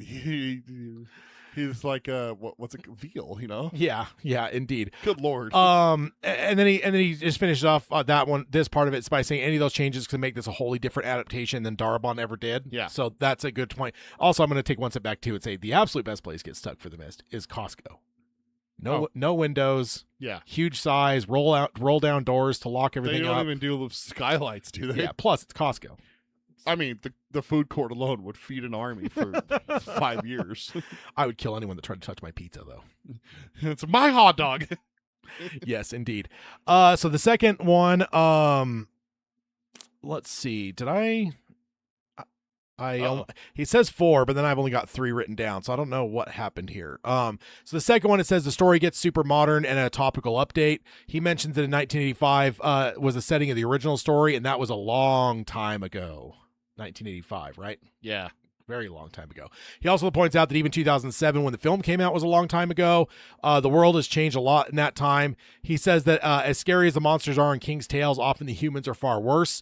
Extremes drive people to extreme decisions, and the results are horrific. He says it's not hard to see how this could be put in the mid-2020s and work really great.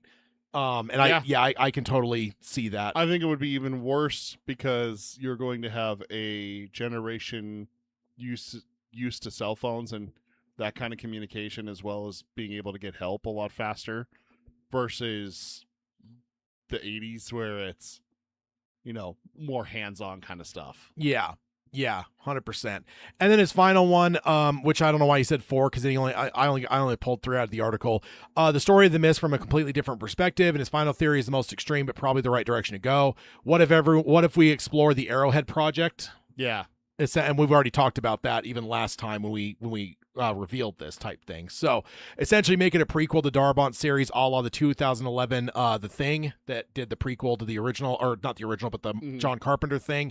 He points out then you could even play in the Jurassic Park land of having themes about morality of such scientific explorations. Yeah. Plus, can you imagine that fucking coup de grace of the final of that film when the Arrowhead Project, when it fucking bursts at the seams and that shit starts coming through? Yeah.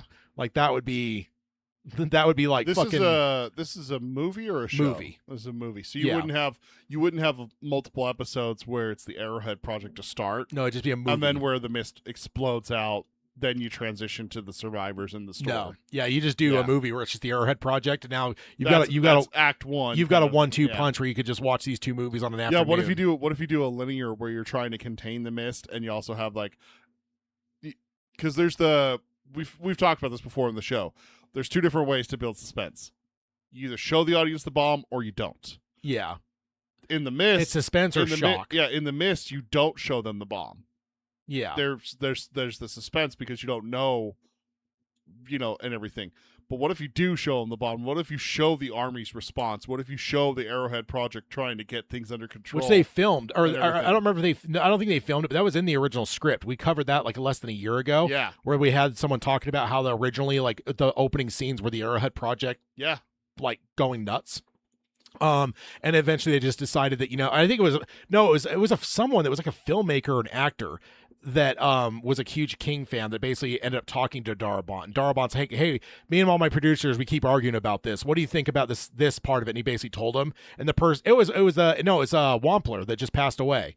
Yeah. He was there doing whatever, and they're like, we're just getting ready to shoot. He's like, tell me what you think about this opening script. You're a huge Stephen King fan. And he's like, I told him no, that doesn't work, man. Don't start there. Yeah. So that kind of helped seal the deal to go the other direction. So I pulled up the article because I was just curious why there's only 3 if there was 4. There is actually a 4th one if you want me to read it. What is it? An Arrowhead Project prequel. Yeah, that's the one I just hit. So basically an Arrowhead Project prequel. Yeah. The story of the mist from a completely different perspective. Yeah. The story gets a super modern and topical update. Yeah. Beyond the high concept plot, everything is new. Yeah. I hit all those, but That's four. but he- That's the 4 that he had broken up. yeah, we covered all of those, so I don't know why I don't know That's 4. Why are you saying 3? because I only have 3 headers. Yeah. So I don't know. Yeah, I don't know. Either way. But the next part of it is after we leave Mrs. Carmody up on the screen for just a second longer. God, no. Just in case there's any doubts, though, about when this movie is coming, because we even earlier you kind of alluded to, after The Exorcist and stuff, maybe about Dark Tower. But on Mike Flanagan's official website, he lists all of his stuff out, and The Mist is listed for 2028. So we got The Exorcist next year and The Mist the year after. So Okay. I don't know what that means for Dark Tower, but yeah. And it shows Carrie this year, Clayface this year, Exorcist 27, The Mist 28.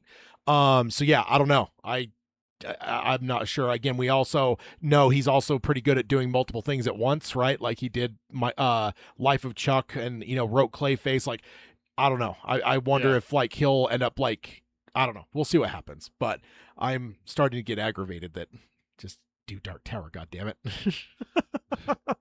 Patience is a virtue, Ted. Yeah, something like that. So, yeah. So let's see. And then for context, as we move to these next couple things here, these are all largely ones I would have covered in the last episode, but we didn't have time because there's a lot of shit with like the talisman stuff and everything else.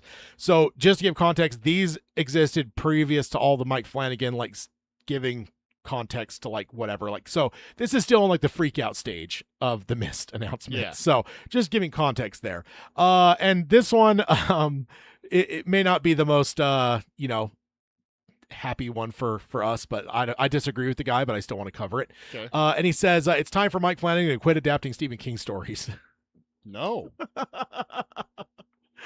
This is by Sean Van No. Horn from Collider on February 13th, 2016. What the fuck am I talking Traveling about? a decade back in time. 2026. So Sean starts by recapping the announcement and recounting that he's the score actually says The Mist is among he scores 1 point in my book because he calls The Mist among King's best adaptations. Okay. And there's too many people that disrespect this goddamn movie, the original. So Yeah. I'm glad that he's not only like giving it credit, but he's actually maybe even going further than I would go and say it's one of King's best adaptations. You've been calling that for years now, saying that it needs to be in there with the other 2 Darabont. Yes, films, so yeah, like in the sense of like it's not. those are it's regarded it's- as the best adaptations. It's not a matter of like Darabont's 2 greats and then there's the other one. No, it's 3 fucking stellar adaptations that Darabont has done. So, hold on, I gotta look up his. Baraki says that at least Flanagan is only 48. We have time with him. yeah, and also Agamorphy mentions Warner Brothers kind of being the key because there's a lot of There's a lot of stuff with Warner Brothers. But I will also say again when we talked earlier about the friendliness, Flanagan's done a lot for Warner Brothers over the years, so I do kind of think there might be a relationship there. So, Is it The Exorcist with Warner Brothers? Oh, I don't know on that one. I forget who it's with. I really am not good at remembering studios. But yeah, so he's trying to get a little favor with me here in this article by ranking the Darabont Mist high up on his list here. He does mention he also does mention the Sentient Mist on Spike TV in 2017.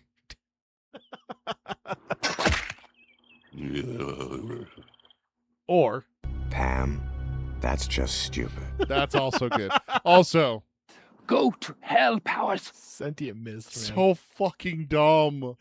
Oh, the year we got Dark Tower, It, and all the other, that was a big year for King. That was a massive one, and little do we know, hidden and tuckered in that year was a Sentient Mist. So his first argument is the Mist does not need to be readapted.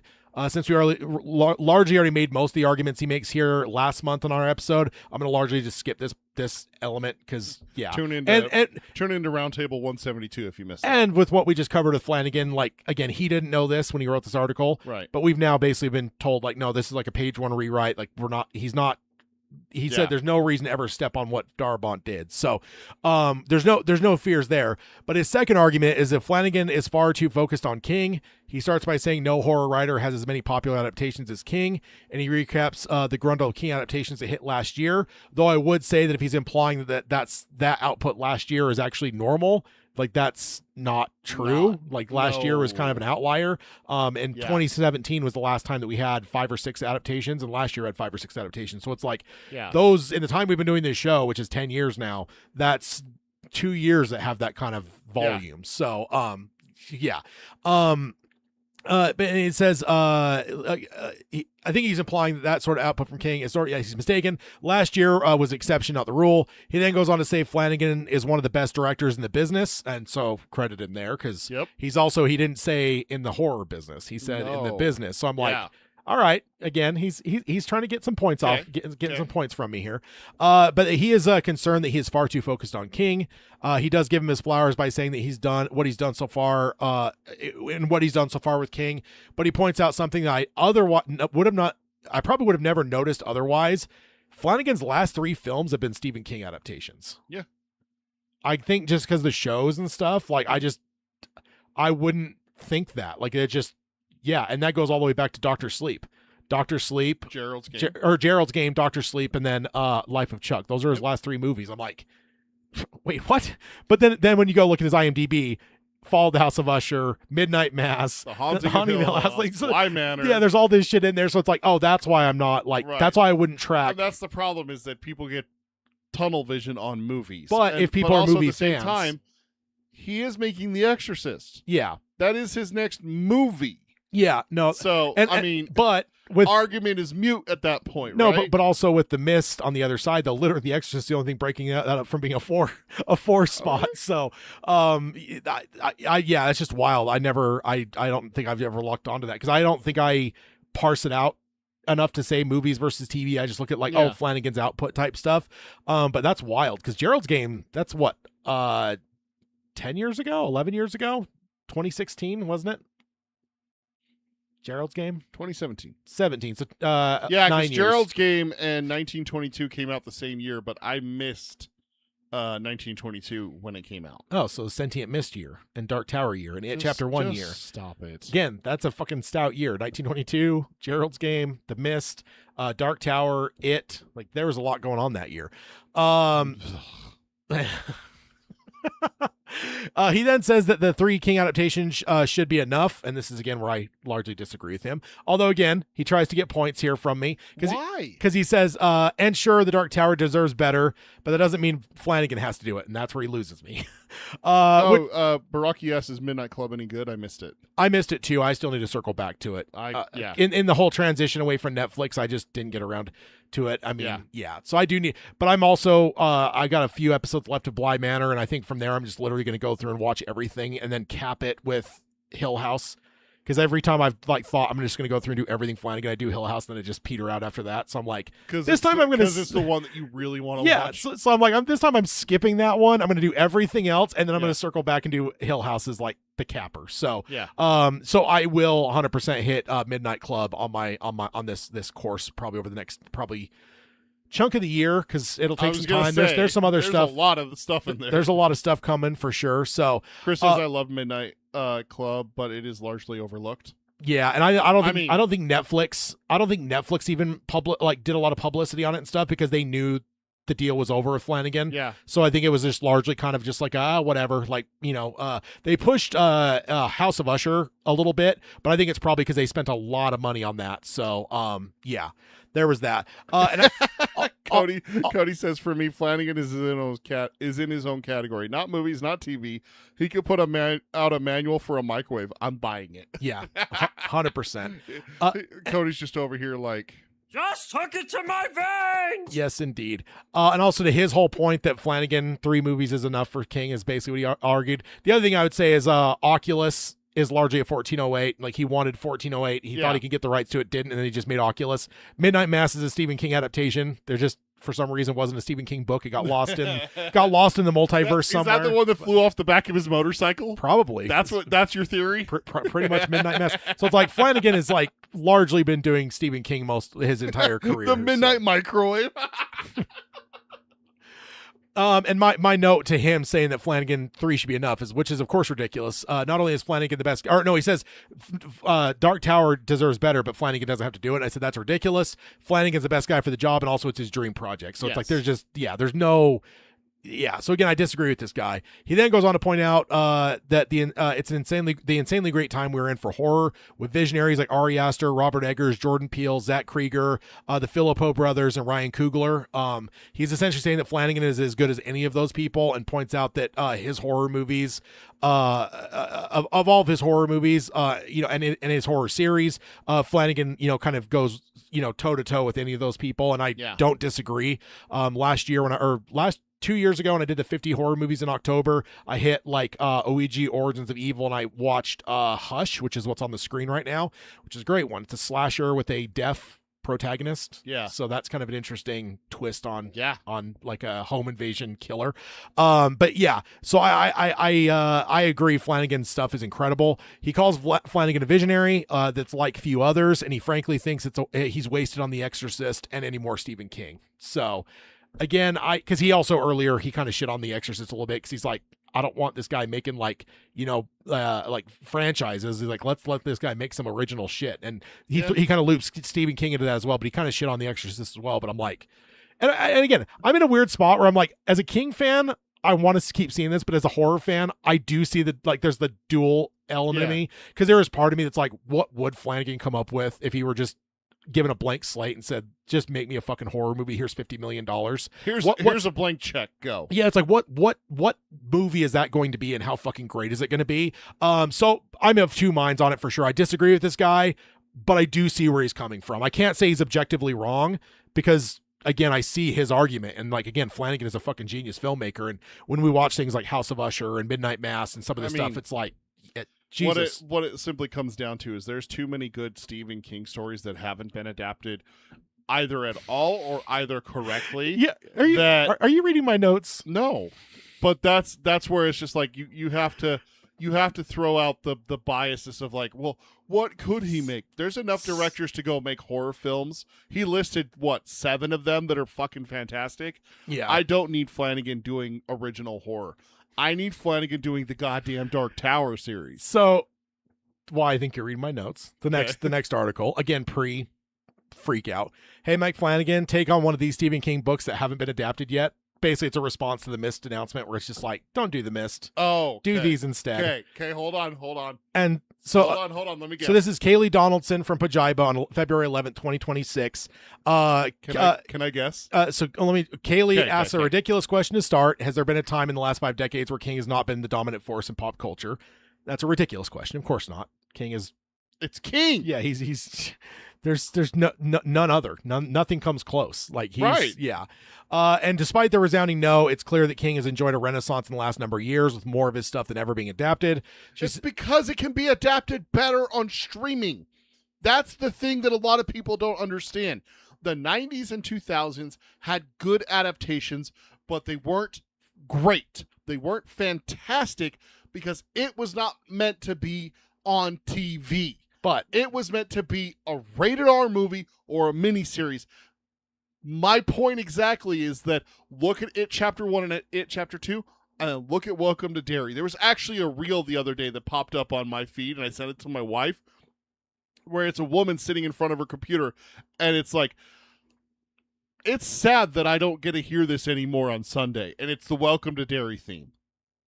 And it's like, my life my life needs more of this or something like that. And I sent it to my wife, and she's just like, I hate that you've made me this person. Like that you've made me one of these people. It's because the ability to adapt King has a better media now with streaming than ever before. And we've also talked about the fact that the filmmakers are making this stuff now actually have reverence for King, because we saw that in some of the early King era stuff, where like you have these like grizzled old filmmakers. It's like, oh, I'm adapting some book for some stupid fucking kid that just hit the scene recently. Like there was a disrespect. There was a disrespect for genre in general. Mm-hmm. There was a disrespect for King. Like nowadays, like people that are making these films, like they grew up on King like we did. So it's like they're going to have a reverence for King. So we have that as well. But also, again, you read my notes, because then she says maybe it's because because maybe Hollywood tech has finally caught up to his vision.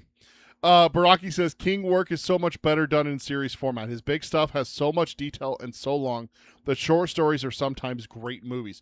How many? I mean, Shawshank Redemption was a short story. Like that's just Exhibit A right there and everything. So yeah. And Chris says that does Welcome Dairy pick up? I watched the first 2 episodes and lost interest. Yes. Oh my god! You watched the first episode and lost interest after what happened in the movie theater? I must study your brain. That fascinates me. I mean, you're also a freak when it comes. I to am a freak. I am a diehard It fan. Chris, watch it. She then It's said good. she then said a number of them at Pajiba were discussing Darabont's film being nearly perfect, which I said is nearly a true statement. Yes. And does not need a redo, which that's 100% true statement. I mean, so if Flanagan or anyone in Hollywood are listening, here's some better ideas for Flanagan to adapt. So okay, now my guess is yeah, Firestarter. well, okay. The other thing too, old movies did give us judo chops to the face, Yes. so that's great. Yes. So New movies could give us judo chop deglovings to the face. that's true. You judo chop someone and it degloves. He judo chops so hard that his hand degloves. You don't think that Charlie's had enough? I think Flanagan would do it justice. I think Flanagan could make a good Firestarter movie, which I'm still. I was gonna say movie or or series. I think it could be a movie. Yeah, I think Firestarter is one of those ones. That would be a fun thing to do when we have a roundtable where there's not a lot of news. Is just go through Stephen King stuff that we've both read. So only the stuff we've both read, and just be like, movie, miniseries, or television series. Yeah, and just sort them in what we think should be which. yeah. Write that down. You like that idea? Because yeah, we'll have to That's come a good back idea. to that. Although the question with Firestarter is, has Flanagan done anything melty? Yes, Tad. You were still mad about this 2 weeks after it happened. No, it's true. It's true. You literally brought this up yesterday when we went and had lunch. I know. You're like, I'm joking. oh, But, okay. outside, Dude, I was about to hit you. Like, your memory's bad, but dude, we got to go get you tested or something, man. You brought this up yesterday. okay, so Firestarter. What other? Firestarter. Langoliers. Okay. Also, remember this is stuff that's not been adapted. Oh, we're looking at stuff that hasn't been adapted. I guess that's true. I should have said on your first one too. Okay. That haven't been adapted yet. Haven't been she adapted. says. Billy Summers, later. Oh my God. Could you imagine what Flanagan would do with later? Rocky Cycle the Werewolf was adapted. We're watching it this year. It's called Silver or Bullet. Silver Bullet. Yeah. Hey. So, it's a good one. I love beasts. Yeah, join our Patreon at patreon.com/darktowerpalaver. Join us for that. All right. So, diving in then. Yeah, First sorry. up, she has the talisman. Okay. She says King That's hasn't been adapted. Yeah. sad but true. King has written a fantasy on his own, but it's collaborative with Peter Straub, and fans herald it as a finest dive into the genre. Talisman is a story of Jack Sawyer, 12-year-old boy whose mother is dying from cancer. Eager to help her, he goes on a quest to find something that can cure her, meets a mysterious handyman named Lester Speedy Parker, who teaches him about the other worlds we can't see, a parallel version of our own that he calls the Territories. While there are inevitable elements of horror in the Talisman, this is a full-blown fantasy novel with vibrant world building to match. Duffer Brothers were supposed to be adapting it for Netflix, but that fell apart. Phew. Let's get some competent showrunners in here. Oof. So I guess she's not a fan of the Duffer Brothers. Shots fired. Damn. Oh, brutal. So yeah, that's the first Show one. me where the Duffer Brothers hurt you. Yeah, no kidding. Well, you were mentioning earlier that Chicago episode. Has Eyes of the Dragon been done? No, it has not. No, it hasn't. Number 2, she has Insomnia. Agamorphy just said Insomnia, I think, would be awesome as an anime. As long as it doesn't have the horrible music from the audiobook. And we talked about, there was a filmmaker in the last number of months that was asked, and they said Insomnia would be one they would love to adapt or see someone adapt. So that's been kind of in the realm a little bit here. So, and then it's published in 1994. Insomnia is another Derry novel. And then in parentheses, Pennywise Lives, about a widower whose sleep issues causes him to develop the ability to perceive people's auras. As the Guardian noted, this book is a spiritual successor to It and the Dark Tower novels. It's a Dark Tower novel in all but name. Insomnia is where King introduces the Crimson King, who would become the most important character in the latter Dark Tower books. This could make adapting it a bit tricky, but it's also a dense horror fantasy about aging, free will versus fate, and the nature of evil. Done right, an Insomnia adaptation could be one for the ages. Mm-hmm. And for Flanagan, that would be quite great. But I think with the anime comment, I'm not an anime fan. Just the style doesn't appeal to me. But I think we talked about that a little bit with that when that that filmmaker mentioned that, where we said that with some of the weird elements in it, is it one that you could even do in live action, or is it one you'd want to do maybe Animated. something else? Yeah. So, the next one she mentions, Everything when he's awake is animated, but when he's asleep, that's when. it's like Hoover and Roger Rabbit. You Yes. just cross it over. Yes, let's cross the streams. Yeah, indeed. Next up, it is an interesting pick, the breathing method. I don't remember this one. The only one in the different seasons that's not been adapted yet. King is just as a prolific short story writer as he is a novelist, and most famous collection of novellas is arguably different seasons. That's one with stories that became the films like Shawshank Redemption, At Pupil, and Stand By Me. But the fourth one in this set, the one that's almost always ignored, granted the breathing method is a bit more speculative than its counterparts, which is largely realist tales about guilt, coming of age, and enduring human spirit. This one features a talking dismembered head. Yeah, this is a crazy one. I drove to Wendover and I listened to this the first time, so now whenever I drive to Wendover I think of this story every time. Scott Derrickson was meant to adapt this one, but the project is in development hell. We need to complete the book, guys, which honestly for King's Realm this is probably the one that we would complete, because I think everything else we're at least a few things away. So yeah, let's get that bingo here. Come on now, one more. That's all we need. Just do one more. And then the next one, and this one you could speak to a little bit more than me, The Regulators. Peter's making a bitter beer face. What was that? The old 90s ad, bitter beer face. Yeah, no. In 1996, King released a pair of mirror novels, Desperation, which was adapted into a TV movie with Ron Perlman, and The Regulators, the latter of which was released under the pseudonym Richard Bachman. The two novels represent a parallel universe, and most of the characters present in one novel's world also exist in the other's flip side. It makes sense to adapt both, but if we're only talking about adaptations that haven't been done, The Regulators certainly has a lot of potential as solo work. Taking place over one afternoon, the book details a street in small Ohio town under attack. Befitting his Bachman entity, it's bleak and highly gnarly ride, which that sounds fun to me. But also, I'm just going to say, have Flanagan do both, because if you're sharing characters, would the Flanagan family not be perfect for a 1-2 punch like that? Yeah, it's the same characters, just in a different story. But you'd have the doing same different actors. things. Yes, but can you imagine the same actors? Because that would be that acting talent of like, hey, you're playing a completely different version of this same person. Like, what actor wouldn't just sink their teeth into that? So Rocky asked about what about From a Buick 8, and then answers his own question. From a Buick 8 is marked as under production by IMDb. Yeah, there's a lot on our big board there. Chris says Danny Coughlin would be great. Danny Coughlin's Bad Dream. Yeah. I don't remember if we got an announcement for that or not. Let's actually go over to our big board. I've got that slide. Yeah, Agamorphy's not wrong. Regulator. Speaking of a Roger Rabbit world, no shit. So the Regulators is on our movies. Weird. The Dark Half, Rest Stop, Rat. I can't read that because my screen's too small. The New York Times at special bargain prices. Drunken Fireworks, Mile 81, the Tommy Knockers, Christine, Autopsy Room Number 4, Cujo, The Girl Who Loved Tom Gordon, Danny Coughlin's Bad Dream. So we do have that on there. So that has been announced. It's now owned by someone, and they're allegedly developing it. The Dreamers and The Mist, and then on the TV side, Dark Tower, Carrie, The Jaunt, Revelations, Elevation, Later, Billy Summers, The Talisman, Holly, and Fairy Tale. Yeah. So, Molly is Holly's cousin who isn't involved in any of it, and she's a secretary in Los Angeles. Yeah, indeed.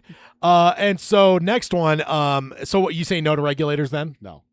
This next one, I will say Chris from Australia being in the chat's fitting because it's one I always associate with him now, is Do McKee, which I know you've read it as well. Yeah, he did put it in the chat, didn't he? Oh, no. Just that he's praised that so highly now that I can only think of, whenever I see Do McKee, I just think of Chris from Australia. Like, until I read it and actually like experience it myself, anytime like I hear reference to it, Chris, I do think of you, because you have praised the book very, very highly. So like every time, and you finally read it. I did, and you told me you loved it as well. So I know it's good. It's highly regarded and stuff, but I will say it's one of those association that's connected in my brain where it's I think Chris is in the chat, and he did say Do McKee earlier. So, and then he said Revival. Okay, yeah. God damn, I want Revival. That one. Oh my God, Flanagan doing Revival. Because was he the one? There's two filmmakers that had an attempt at. I know the one was Josh Boone. Who was the other one? They did a podcast together because they both talked about it. They talked about both their failed attempts. God, I forget who was it. Flanagan, or am I losing my damn mind? I'm trying to Google. And later, Mike Flanagan. Both tried to adapt Okay, Stephen King's yeah. 2014 novel. Yeah, so they both tried. Flanagan 2020. So Dew McKee, King is a proud Maine man, but Dew McKee has ventured to the frenzied wilds of Florida, which is where King has another house. So we talked about that yesterday in our hangout, where it's kind of funny that you kind of see where King has lived, lives, or whatever else or has been to, because they show up all the time. Florida shown up a few times. Maine is all over the place. Colorado, King lived in for a while. And it says, for a tale of beachside horror, the hero, Edgar Fremantle, loses his arm in a work accident and experiences violent mood swings that causes his wife to leave him. He moves to an idyllic island off the Florida coast to recuperate, but strange visions compel him to create vivid drawings with prophetic visions. We kind of got Dew McKee adaptation with the video game Alan Wake. Oh, interesting. Did not know that. I mean, I don't think it's not official. No. It's just a riff on it. It is. I'll pull up. Keep going. I'll pull up Alan Wake and read you the plot synopsis. Which has a similar premise and lots of King references throughout, but we need more of a sun-drenched horror on our screen. And honestly, think about The Shining and think about Midsummer. Yes, bright horror is some of my favorite things because it's so goddamn rare. And honestly, Flanagan's the kind of guy I would trust to do a bright horror movie. So Alan Wake is a psychological thriller action game following a best-selling thriller novelist who travels to a small town of Bright Falls, Washington, to overcome writer's block. After his wife disappears, Alan finds pages from a manuscript he does not remember writing, which causes the horror story to come to life. Huh. Okay. Yeah. And Chris, it says, I just did a reread and still love it. Possibly my favorite book outside the Tower. So, yeah, again, that's just the association I've got. The next one, American Vampire. And just, she says, King wrote the story for the first volume of Scott Snyder and Raphael Albuquerque's comic series, American Vampire. So I'm using this as an excuse to pitch the adaptation for an entire saga. So King's wrote the first chunk of this comic book, apparently. The hero is Skinner Sweet, an Old West outlaw who turned into a strange new kind of vampire who becomes a crucial figure throughout the next few decades of American history. We get vampire cowboys, vampire old Hollywood flappers, wartime vampires, and bloodsucker. And now that bloodsuckers are back in fashion, we deserve this epic historical horror. And so, again, she's just using it as an excuse because King actually wrote the first few issues of this. But, and honestly, historic vampires, that doesn't sound bad. Vampires sounds bad. Vampires are overdone. Give me more werewolves. You're not going to, you got me there. Now, she does cheat here at the end, but let's give her some credit. The Dark Tower. She says, am I cheating a bit? Well, do you acknowledge the existence of the movie?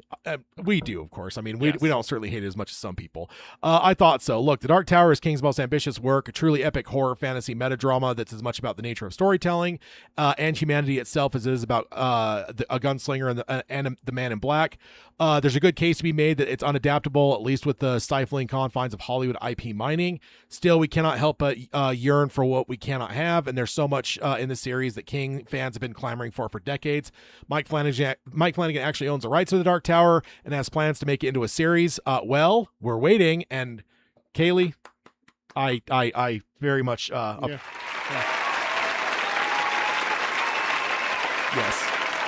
We all very much agree with that last line. So, I mean, honestly, again, I mostly took this one in good fun, but then it's funny because you actually started to talk about that, where it's like, what about all the unadapted stuff? Because there's a lot, man. Like, that's an interesting list to go through and look at stuff that's just never been adapted. And if you actually went through and mined other short stories that have not been adapted, like, yeah, come on. And also, give me one of these like master of horrors that we got nowadays, and give me the Road Virus Heads North. Ooh. As a movie. And even nowadays, because of streaming and stuff, because dude, what the Jaunt. No, I love the Road Virus Heads North. The Jaunt. And the cool thing is, dude, I'll tell you one that she didn't list that Flanagan is made for, and that's the one where I can't remember what it's called. Does it have a degloving? Yeah, it's where they get stuck on the pier, the raft. Yeah, the raft. I wanted to say the raft, but I didn't think that was right. So we mentioned Danny Coughlin's Bad Dream adaptation. Yeah. I googled it because I was just like, is there any news on that? I haven't heard anything about it. I didn't know that the director was handpicked by King. Yeah, we covered that. Did we? I don't remember that. Because he saw one of he saw like an independent film he did. Oh, okay. And he basically because we covered it, the interview with the director, where he's like, I just suddenly got this email out of the blue. The guy claimed to be Stephen King. He's like, I thought it was a joke, and then it turned out it really was Stephen King. That one. Okay, yeah. Yeah, and he he basically hand delivered. He's like, hey, this story called Danny Coughlin's Bad Dream. I think you would make. I think he even said like, he kind of got the sense from King that there were like multiple filmmakers bashing his door down trying to get the rights to it, which who can fucking blame him? I looked him but up. have you seen? Have you watched Host? Have you watched it yet? I haven't. The seance one. No, I The haven't. cool thing about that, because it's during COVID and stuff, and it's a seance over Skype. But the cool thing about it was cool, I guess. But it was like I think it was either an hour or just under an hour. So for like a feature film, like that's really damn short. That is very short. And it's part of me that's like the road virus heads north. The one thing you could say about it is like, can you really stretch out into a 90-minute movie? But I'm like, yes. in this day and age, do you have to? No. Or do you just make it a 60 minute movie and do exactly what the story is? And just, Yeah. if you have the right, like, iconic, or not iconic, but like master of horror that can really build the dread of that, like that would just be a killer fucking movie, dude. I love that story a ton. The director, James Ashcroft, I looked him up just for shits and giggles. Dude, he did Black Sheep. Oh, yeah? Yeah. Okay. One of your drinking game movies. Yeah, Agamorphy does point out the Creepshow 2 does have the raft. Oh, is it? Yeah. I did not know that. Yeah. Yeah, Chris also says that the raft's been. Yeah, and that's true. It is. We should watch Creepshow 2 at some point. That'd be a fun one. There's no monkey, unfortunately. Thank God. I'm in. All right. So yeah. Let me find. I lost my place here on my slides. So the next one up here, we got a tennis match going back and forth between HBO and Andy Muschietti here, because now Andy Muschietti has reassured fans that Welcome to Derry will return. So, good. If you remember last time, we all kind of were like, dude, Welcome to Derry is the second most biggest thing that they did for the year in terms of like, viewership and stuff. And it's like, why have we not got a green light yet? And then the HBO guy said that he's waiting on the Muschiettis, and we're like, is that real? Like, why wouldn't you just give them the green light so they can keep developing what they're developing? Right. So this is from Cheryl Eddy from Gizmodo on March 10th, 2026. So this is a short one. She largely recaps what we've talked about, despite being a massive hit. The green light for Welcome to Derry Season 2 is yet to materialize. We covered it last round table. The HBO head made it sound like the holdup is on the Muschietti side. Well, the Saturn Awards happened recently where, as a matter of fact, Welcome to Derry won the best horror TV show. What? Saturn Awards. So shocker. Yeah, that's well deserved. And Muschietti was asked, and he said, quote, there's not much we can say, but yes, we're very proud that the expectations are very high after the first season. I think that we're going to deliver something that is great. So excellent. It sounds like there's there's no no's really. So I don't know why we don't just have a green light at this point. But yeah, especially because like the other weird thing was the HBO guys like, yeah, we're just waiting for them to like figure out their idea. And it's like, well, we already been told that they largely want to go back in time. So this next one, they left it on like a cliffhanger that's like perfectly like the lines there in the show. Yeah, and it's like supposed to be set in the 30s, right? And again, before the first season ever even aired, they're like, hey, this will be the 60s, the next one will be in the 30s, and the other one's like 1905 or something like that. Yeah. So it's like, you're basically just going to jump back 30 years with every season. So it's like you've got that in place now. Like, so I just don't get what I still don't get what the hang up is, but it sounds like HBO says we're absolutely there. We want to make season 2. And now Muschietti has basically said we're there. We want to make season 2. So again, why do we not have a green light? Why is there no light that is green? Just give it to me. We definitely want to sign this guy to our football team. He definitely wants to come here. He even said so. So why haven't you signed him? Yeah, exactly. Let's see. Survivor Type would be insane. I totally agree there, and that could be a Flanagan one. Dollar Baby of Survivor Type is excellent, and Dollar Baby of Survivor Type is superb from Agamorphy and Chris. So yeah. So I don't remember Survivor Type. That's the one where the guy eats himself. Oh God, when he's stranded, crash lands on the island. Yeah. Damn. I was playing Ghost Recon Wildlands while listening to that. That came up on an episode a few days ago, where we talked about the Dollar Baby for that. A couple months ago, it came up. Oh, yeah? So it might have been one of you guys in the chat that brought it up. I was like, dude, the Dollar Baby on YouTube has it. And I was like, oh, okay. I will say, I've never watched any of that stuff. I haven't either. And there was one film festival that they ended up doing, but it was during COVID still. And we were recording that day. And honestly, in retrospect, because some of those have just never become available again, we really should have just not done that episode, because some of those things are like, those are like one-time shots to like watch them. Because a lot of times there's stuff built into where they can't put them on YouTube. They can't put them out publicly. I mean, it sounds like there's some exceptions, but yeah, there was like the one, and yeah, we were recording that day, and I was like, it's all right. They'll all be online down the road, and Nope. not a thing. So that's Damn it, Tad. that's kind of unfortunate. But Hashtag Tad is terrible. I That's also- 2 this episode for you. I also didn't realize that how how hard the Dollar Baby stuff was to actually come across. So yeah, let's see here. Still, shame on you. All right, so jumping on over to odds and ends. I will say also no Uncle Stevie recommends. There's just he hasn't tweeted anything. He's been busy. Yeah, I mean, yeah, I guess that's true. So Maybe he's busy putting the final touches on there are other worlds than these. yeah, could be. So first, I'm a diehard optimist. That's what I'm saying. yeah. So first up, Stand By Me is returning to theaters for its 40th anniversary, and we have some Ace Merrill on the screen. Very fitting after we just talked about Needful Things. Yeah. And it's going to be hitting limited theaters, at least nationwide. I don't know if they do worldwide for this stuff on March 27th at select theaters. So be on the lookout for that. So not only that, but we have the Will Wheaton narrated audiobook coming out for The Body here pretty soon. I need So to he- go see how many here, audibles. yeah, as I'll say, here it seems like the end of March here. We're getting a lot of The Body. We got The Body and the Stand By Me Yeah. theatrical re-release. So that's pretty cool. And then this last one, last thing we got for the episode here, and this one really makes me smile because I was going through looking for Uncle Stevie recommends. Yeah. And the one thing I found, February 22nd, the day a certain ginger was born in Hot Fuzz.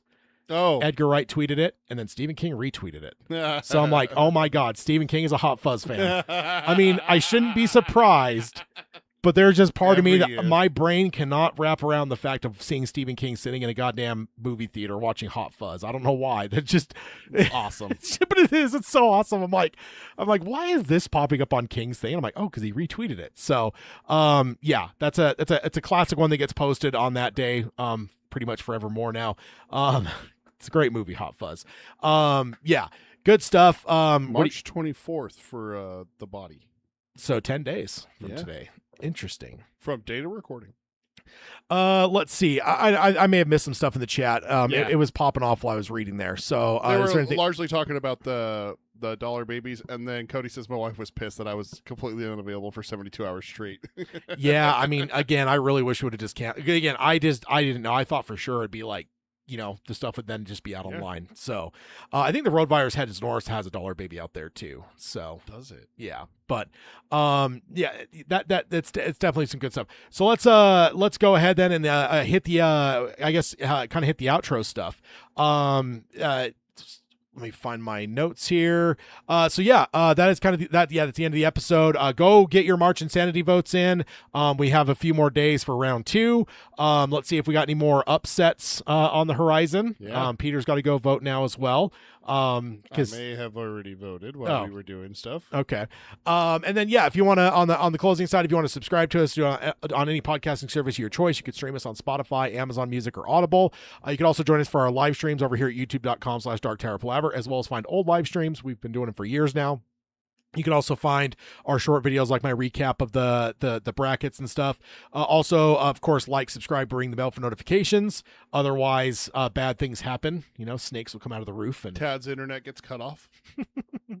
and then if you want to find the show notes, you can do that at darktowerpalaver.com. You'll have all the articles we covered in today's episode will be linked over there if you want to go read them for yourself, as well as the March Insanity. If you want to go to darktowerpalaver.com/March Insanity, you will find everything you need there, all the votes, all that kind of stuff, and just keep up with it. Keep voting. Let's go ahead and crown ourselves most tragic Dark Tower character and most beloved Stephen King character. Yep. So, and then Most of course, beloved Stephen King non-Dark Tower character.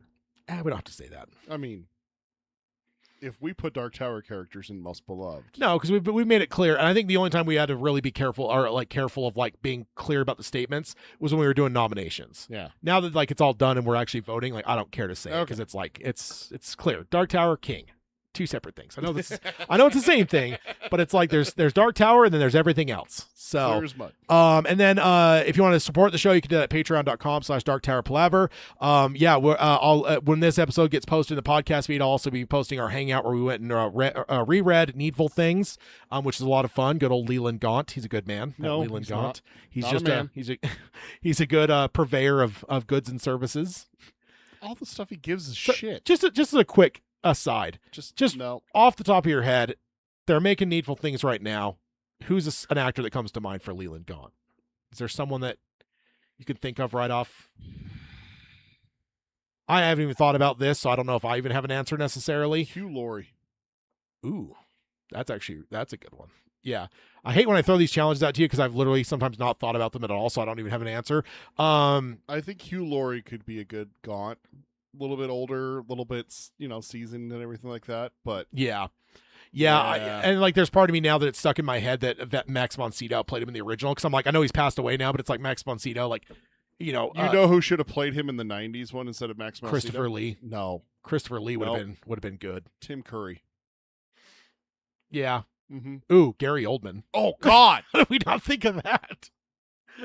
Gary Oldman could play the Sandy Koufax card, the picture of Elvis, the sunglasses. He could play all the The different carnival things glass. Yeah, the carnival glass. So here's the best part is like when Gaunt flips, because he's like always so nice and shit. So it's Yeah. like, imagine him playing like, some of the more happy characters he's played, Yeah. but then he suddenly just turns and then he suddenly Stansfield from The Professional. Yep. And it's just in a second. He just Everyone. Yeah, he Wait a just minute. flips on a dime. So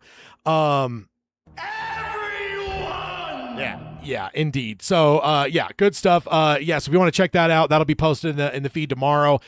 We have monthly hangouts. Next month is Apt Pupil. So Yes, it looks watch like we're watching Apt Apt Pupil. Pupil. So now the question is, at some point you also need to go. I think you need to be revisiting different seasons before too long, or have you never read it? I have. Okay, because Yeah. you said you didn't remember the breathing method. I don't remember the so- breathing. No, that's exactly it. Is I don't remember it doesn't mean I haven't read it. Yeah. I mean, But you're always giving me shit about how long I go between the one thing I've been thinking about. So I do want to read. there's a bit difference between different seasons and motherfucking it, Tad. It's it. It's Pennywise. Don't give me that. I don't know. I actually am thinking about Doom McKee this year. We got a lot of stuff we got going with like different things for the podcast and stuff. So I got to figure out a place to squeeze it in. But I do think I want to get that one knocked out because again, everyone's been hyping it up. So I do want to give that one a read. Yeah. So then if you want to contact the show, Peter can let you know that. Of course, here we are tangenting in our outro stuff. It's Because what we do. Because why not? Email us, show@darktowerpalaver.com. Follow us on Threads and Instagram. It's Dark Tower Palaver, all one word, no spaces. And then we're on Blue Sky. It's @darktowerpalaver.bsky.social. We're on Twitter @DarkTowerPod. That's @DarkTowerPod. And then Facebook.com/DarkTowerPalavers is where you find us there. And then check out our merchandise, tpublic.com/user/DarkTowerPalaver. Yeah, and earlier Cody asked if Hot Fuzz is part of a trilogy, and it kind of is, but it's a spiritual trilogy. Like they have Yes. nothing to do with each other in the sense of like the story or anything. Yeah. But I don't know. I'm trying to think of some other ones that are like that, where it's like maybe like the neo western. I would say the Romero zombie movies. Yes, they're kind of set in the same universe, but none of the same There's not characters. shared characters or anything. Not the same characters. The difference is that the Cornetto trilogy, which Chris, great job putting that in there for us. The same actors play different characters in the three different movies. So you have I want to say Sean Bean. That's not right. Simon Pegg playing three different characters in three different movies. Yeah. None of them are related. No. Hot Fuzz, Shaun of the Dead, and World's End. A World's End. Yeah. The only two you need to watch is Hot Fuzz and Shaun of the No, Dead. you need to revisit. World's End is garbage. No, Don't watch it's not. It's It's terrible. not. It was terrible. It's not. It's good stuff. You should watch it now, especially as a weathered 40-year-old, because it is about aging and stuff. So the other part of it is I think it's all much like the Pacific and stuff, where like if you go in expecting it just to be in like another Hot Fuzz, Yeah. like then you're going to be disappointed. But I when you mean, actually go into it and I understand, expected it to be good, like Hot Fuzz and Shaun of the Dead. I had two different movies in mind, and it was not. It was So. it was good. It was good. You just need to revisit it. No. Yeah. 100%. All right. So next time, in 2 weeks from now, we're coming together for Charyu Tree. Oh God. We are literally starting the episode. I don't know if I'm emotionally ready, Tad. The first line that we start up is Susan had no idea what was going on until she saw the redhead. Yep. That's when it dawned on her. So that is literally the subchapter we're starting on. We will be finishing up this whole part, and so the next months we're going to be going back to Roland, Susanna, Eddie, Oib, Jake. Like we're going to be back into the present. So yeah, gird your loins because it is going to be an episode next in 2 weeks, in a fortnight from now. So one that we've been waiting for now for years, and we knew was coming. In fact, I think we finally put it on the calendar like sometime mid last year, where like I went and did the math out to figure out like roughly when we'd be landing on it, And or when we'd be landing on the next book as well. Because we figured it would be this year. But so here we are. Come back, join us in a couple weeks where we're going to be having a bonfire. All right, and we'll sign off as we always do by saying long days and pleasant nights. Long days and pleasant nights, folks. All right, everyone in the chat, thank you guys. You guys are awesome. Thanks for being part of the show. Love having you guys chatting with us, being part of the conversation. It's always great. It's Thanks, good stuff. Again, if you make sure you have your tissues, as Peter said, you know, because it's going to be a brutal one. It's going to be our first big tragedy. Dude, I don't know if I should wear. I guess Jake died in the first book, but it's like, I don't know. Like that's different. We knew better. That's different. Like this is different. And then it's just going to give us a preview of what it looks like in like 20 years when we actually get to book 7. At the end of book 7, as a matter of fact, too. So, all right, we'll see you guys. Have a good one. Bye.